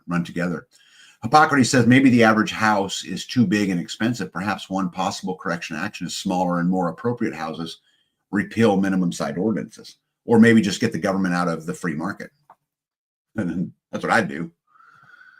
All right, let's keep it trucking because I think this tells a pretty interesting story. Qualified buyers are simply choosing not to participate in the market right now, and we have entered an unprecedented phase of the housing cycle that threatens to erase significant portions of that accumulated equity. So, like this graph right here is the 30-year fixed rate mortgage average in the United States, and you can look again. The gray lines represent the recessions, right? You follow me, babe? Right. So like you look, interest rates got really, really high, in the early 80s, right? You got a bump in the 70s and they begin to work themselves down. Well, what happened was you get down into these low spots. So you see right about 2010, right? Maybe a little bit earlier, all the way through the pandemic, interest rates were artificially kept low. Remember, you could buy, a house. It got very normal where you could buy a house at 3% interest, right? Or 2% interest. And so they kept those artificially low by pumping money and those kinds of things into it. And then what happened was they stopped those programs, right? And look what happens, right? Interest rates begin to climb, and they climb because of a lot of reasons. Again, one, in an effort to keep inflation down, the rising prices down, they raised interest rates to where it is today. So if you look at the 7.5%, that they're talking about there, you really don't see that until 2000, right? Yeah. So it really hasn't been since about 2000 where, that was going on. Hickshaw says so many illegals are causing a shortage of housing and skyrocketing rent if you can even find a place. Well, and with the mass deportations and the things that are going on would also, I think, give you a clue that housing prices are going to come down because the supply will outweigh the demand at some point, right? Or at least that's what that makes sense to me, right? The national payment to income. This was such a super fascinating thing to me. But so the national payment to income ratio. So what percentage of your income will it take to own a house, right? And I'm sure you guys have heard from the credit bureaus, they want you at about 30%. This is such a misleading graph, and I'll show you guys why. But if you look over time, probably the high would have been, about 90, I'm sorry, this is early 80s, 81 first quarter when the interest rates were really, really high. Maybe 50% or 55% of your income was spent on housing. But if you look at the mortgage rates, which is the light blue line, as compared to the payment to income ratio, which is the dark blue line, I think you start to notice that gap in there. See that, babe? The separation. Yeah. See how for a long, long time they rode each other? Yep. And then all of a sudden you start seeing this big gap. And we are now in a place at 33.5% of your income to pay for housing, which last time we went through that, let me get that back here. It was about 7. Yeah, it would be about 2005. Something of that. So the gap is getting bigger, I think is the point that I'm trying to make. Yeah. Right? Let's keep going because I've got all kinds of information that I think will, here, let's get a comment in here real quick. Lower mortgage rates will help with home purchases, but if buyers are smart, they'll want to wait for insurance and property taxes to correct. Right. And I'm actually going to talk a lot about that tonight because this 33% that we talk about doesn't include those numbers. Right. And when you actually include the cost of insurance, taxes, and those kind of things associated with the house, the gap, it actually gets much bigger. Let's keep trucking. Let's see here. So the average property insurance premium increases. So if you guys look in that top graph on the left-hand side, what it talks about is, we went from, like, let's say, where do we want to pick a gap here, of $1,300, back in about 2010 to doubled to over $2,200 today. If you look at the typical monthly mortgage payment from 1971 to 2024, right? 1971 was $141. Could you believe that? Yeah. 1981 was $771. 2020, which I think is a really important time to look at, which is $1,161. Guys, that was only 23 years ago. 23 years Well, ago? from this graph, 24 years ago. Today, it's over $2,200. So it has doubled in such a short period of time. How long did it take it to double? Or the early parts in the graph. The change in principal, interest, and taxes and insurance premiums. If you guys look at the 1 year, which is the gray boxes, versus the blue year, the 5 year, which is the, Oh my gosh. the 5 year change. So, Huge. property insurance is up 51% across the board. Property taxes are up 22%. Interest is up 21%. Principal is up 21%.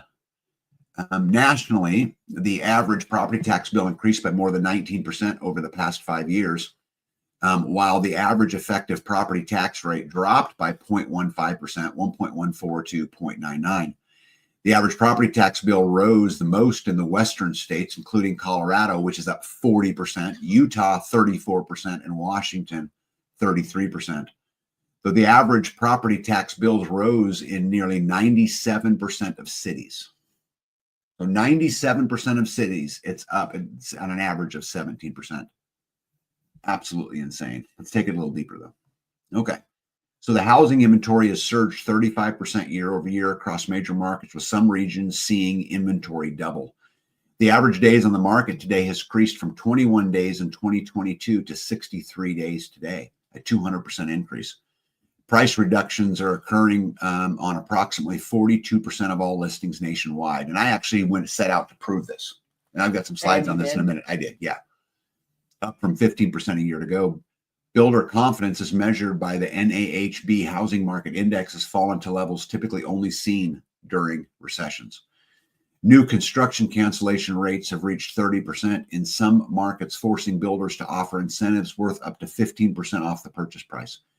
Institutional investors, which acquired over 800,000 single-family homes since 2010, have slowed purchases by 70% year over year.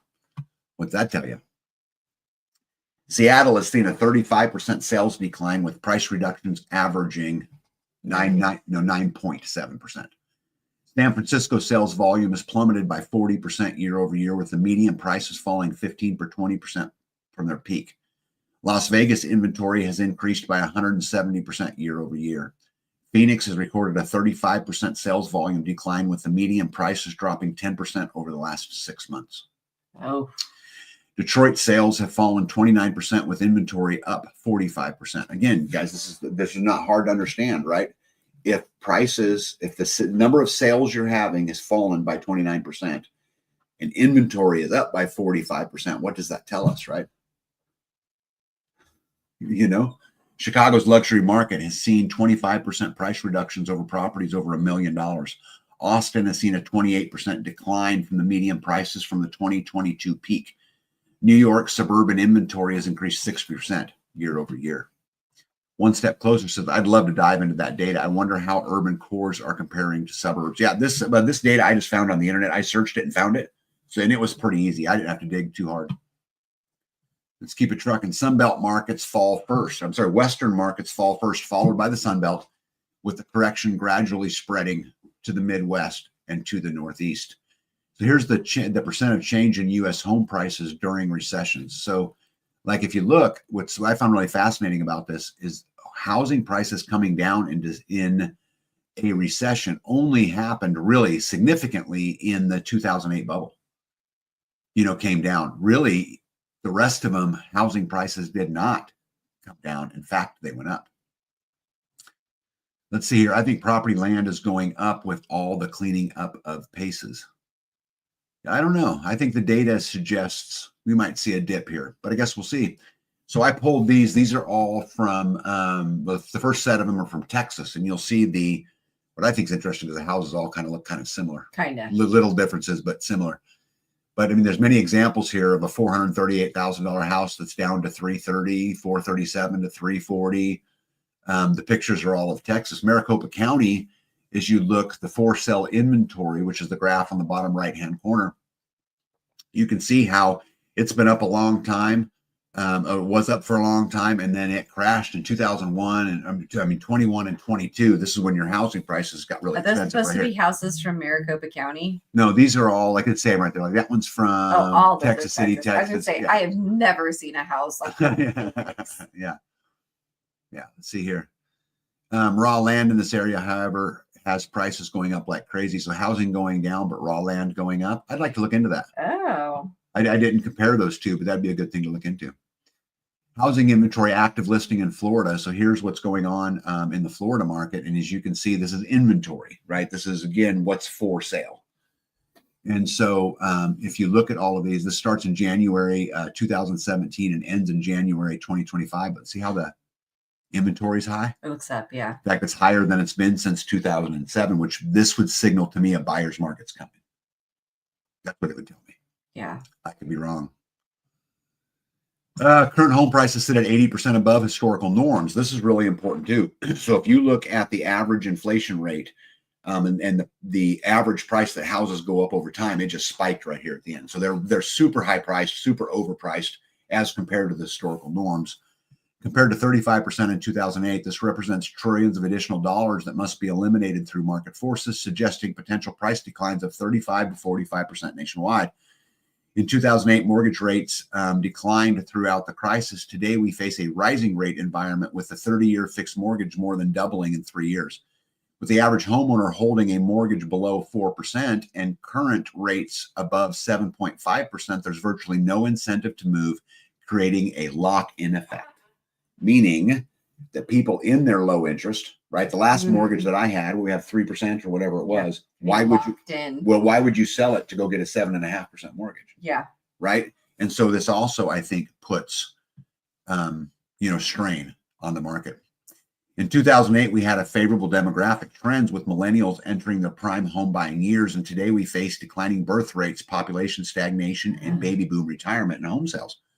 The buyer to seller ratio is deteriorating rapidly and will continue to worsen through 2020. This is a super important point, which means that there will be fewer and fewer people wanting to buy homes because of the population, right? I know you guys have all noticed, we've talked about this a lot, but there's an inverted population triangle for most of the world. China's suffering from it bad. Japan is suffering from it bad. but we're suffering from it bad too. You know, our average birth rate today is like 1.83. The problem is when you have two people creating kids and you only average 1.83 kids per couple, what that means is you'll experience significant population decline. And this is again going on all over the world.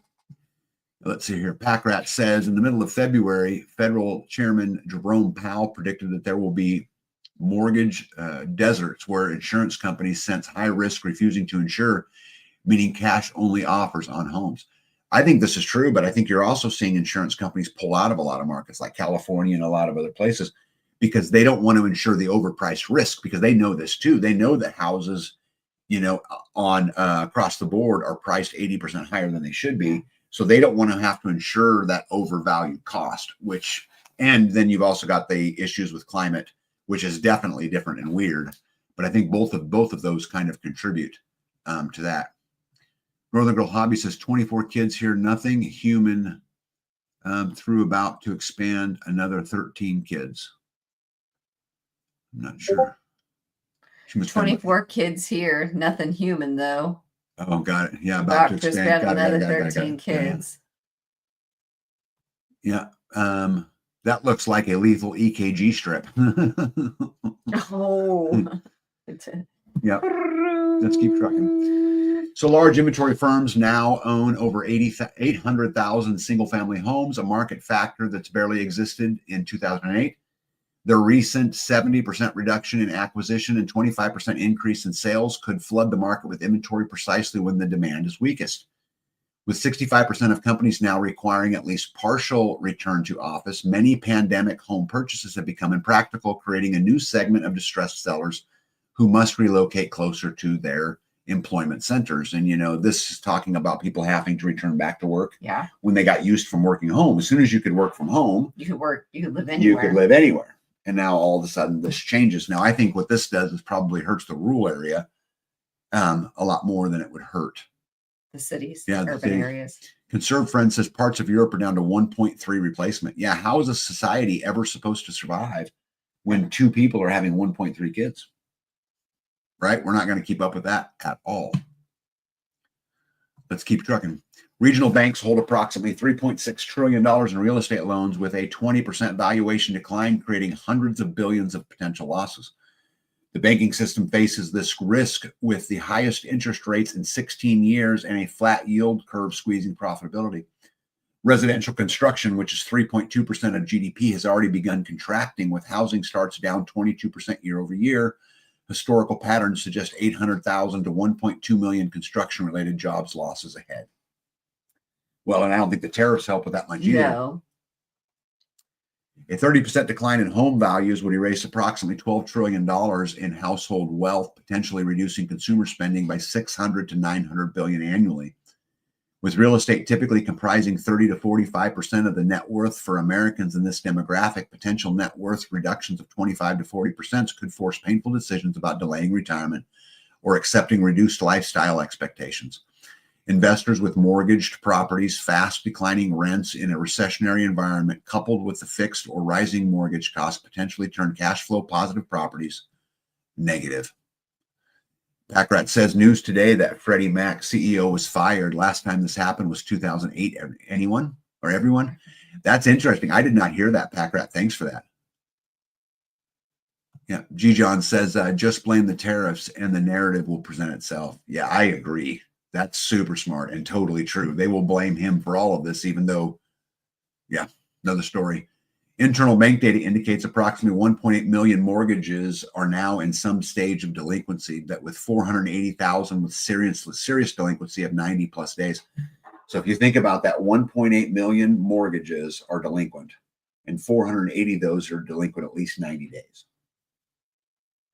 Right? While public home builders report official inventories of 5.8 months, which is what they're reporting, of supply, the actual figures approaches 11.3 months when you include homes under construction.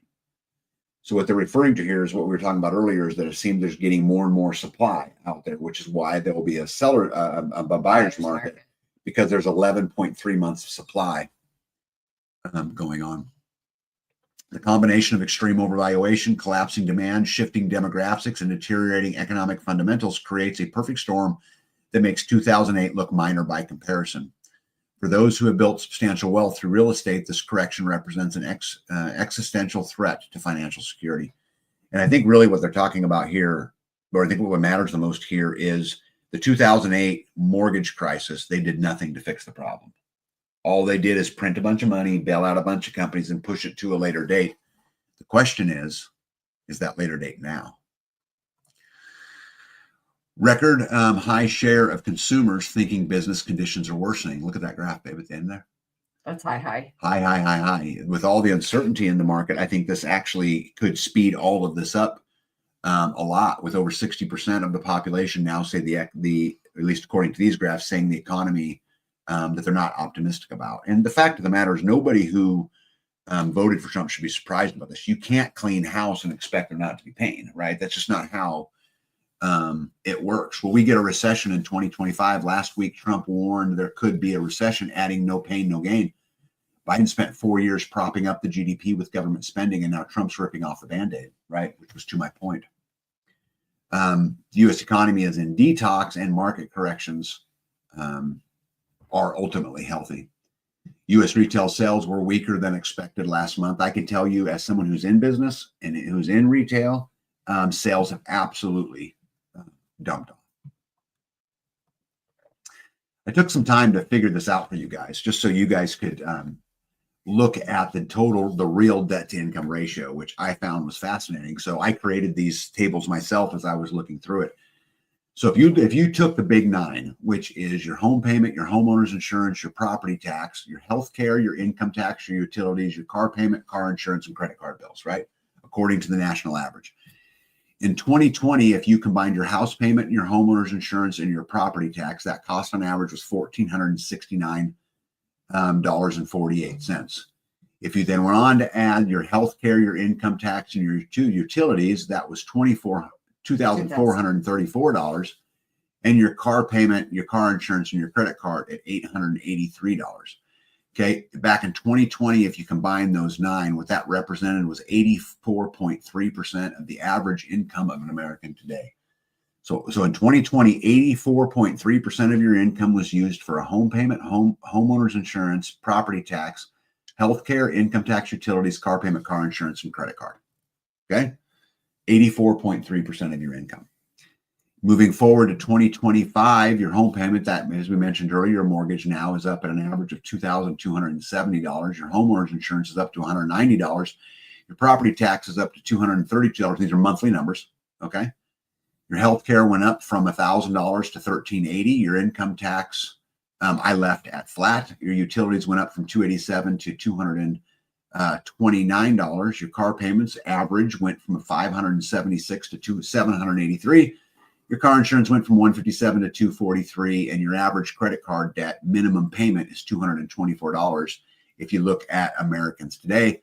So what that basically means is in 2025, the average American today is paying 111.92% of their income. Of their income to keep up with those same basic nine things. And so what that means is either we'll be cutting some of them out. I won't carry car insurance, right? I won't carry homeowner's insurance. I won't carry health insurance, whatever it is, or they're borrowing to make up the difference for the 11.29%. And this, I think, really points out how Americans today are struggling, right? This is simple math. This isn't hard math to do. All of these numbers, you can look them up on the internet.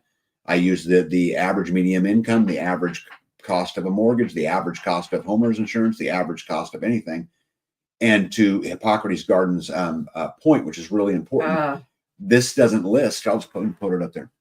Ouch. And food isn't listed, or education. That's right. It's not. Or entertainment, or fuel. Right. Right. None of those things are on there. I just used the basic. You're talking about gas.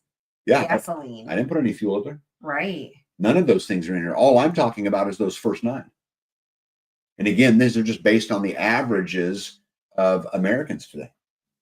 Yeah. Absolutely. And you're talking about utilities. This is a month. So $429 for utilities. That's all utilities. Yeah, all utilities included. The national average today is $429 a month. That's wow. You know, the average minimum credit card payment today is $224, right? But if you look, what's really fascinating, if you look at what went up the biggest, it was home The prices. home price. Is the number one biggest, climber in those. Which then goes their homeowners insurance and property taxes. Yep. One step closer, I think it'll be 1981 all over again. Short, painful recession followed by strong growth. That assures that real change gets made through. I hope that's right. Miley says, what banks can back it all with gold and do have it back? Time does it show? What banks can back it all with gold? None, because there probably isn't enough gold. And do have it back time? Does it show? Do they have it back in time? Does it show? Well, first of all, if you're talking about them auditing Fort Knox, you'll never see it.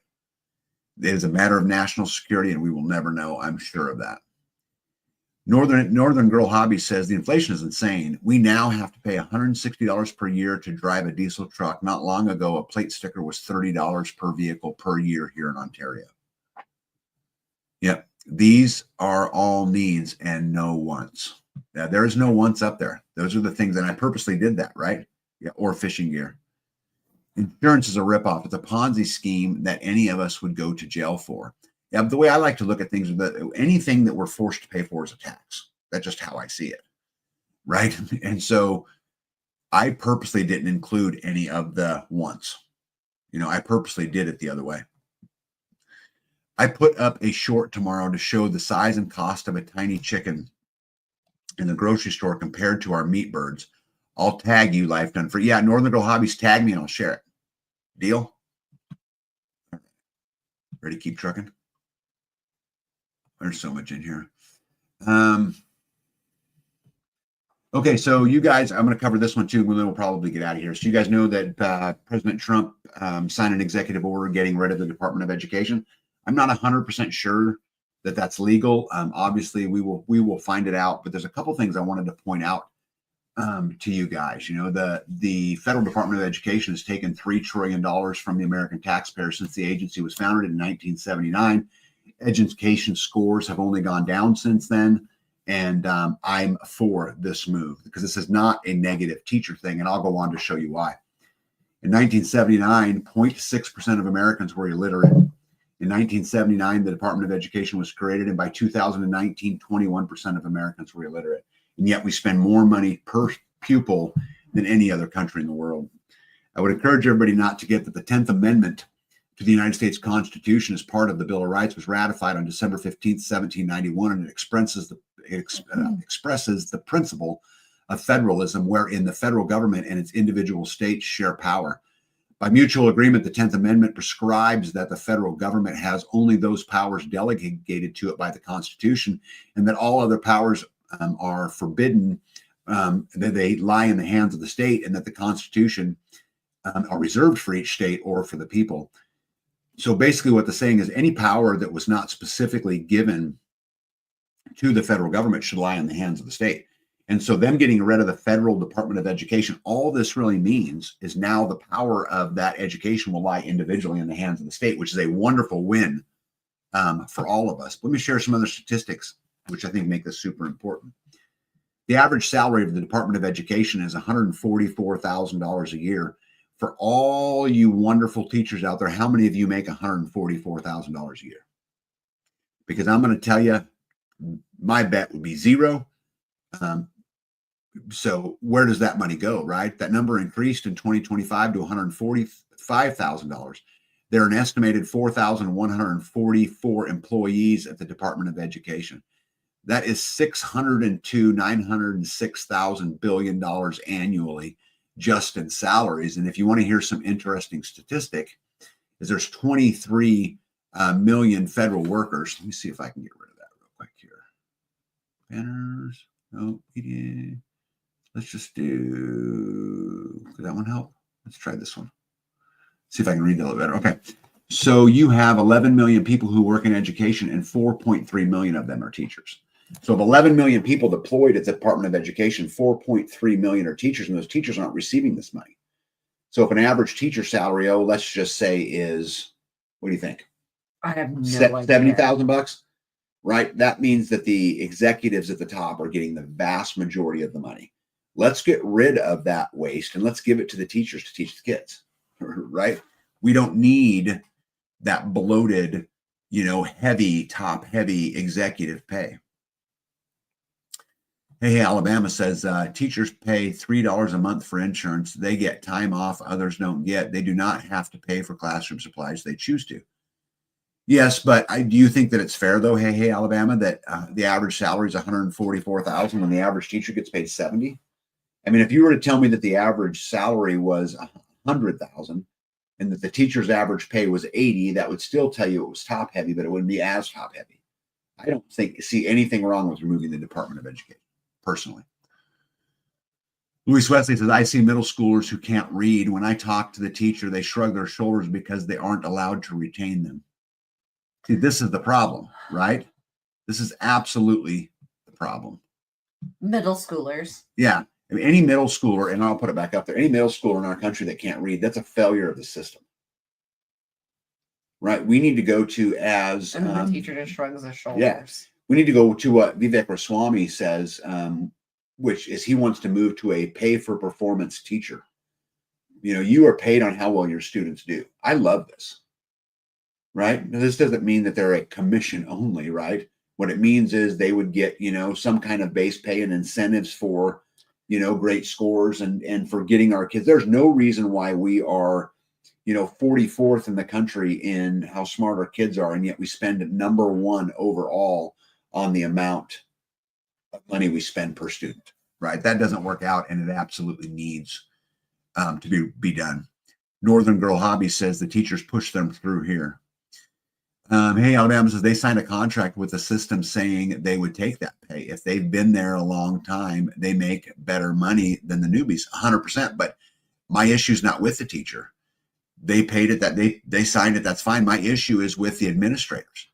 How is it that the average, salary is $144,000 and it doesn't affect the teacher? How is it that they have 11 million employees and yet only 4.3 million of them are teachers? I thought it was a case of, you got a high school, you got a bunch of teachers, and then you've got a principal, a superintendent. So maybe the mix is one high-paid administrator to every 8 teachers. But unless they're making $6 million a year average, there sure seems to be a whole lot more than that. G. John says, I guess if you redistribute the administration cost, Department of Education to merit-based salaries, U.S. scores would increase dramatically. You don't even have to redistribute all of it. Redistribute 30% of it and take the other 60% and let's work on paying our national debt off. And I think you still would be, better off. Hey, Alabama says no administrator needs a 6-figure job. I'm actually not even opposed to them making a 6-figure job. You want to pay a great administrator $120,000 a year? Fine. But the gap should not be, $600,000 for the administrator and $75,000 for the teacher who actually gets to impact the student. Right? I mean, that just does not sound. That doesn't sound right. No. Biggest problem is good teachers don't have parent support, which is huge. Now, Luis, I agree with you. And this actually gets into the problem of our society today and dads. See how I'm shrinking? See, I knew my chair was doing something. Did you been messing with me the whole time? Are you lowering my chair? Bethany? No. Bethany? Are you lowering my The dial's on the other side. Anyway. Let's see here. Alex is one who got pushed through on literacy. He's a talented carpenter and tradesman, but lacks the literacy.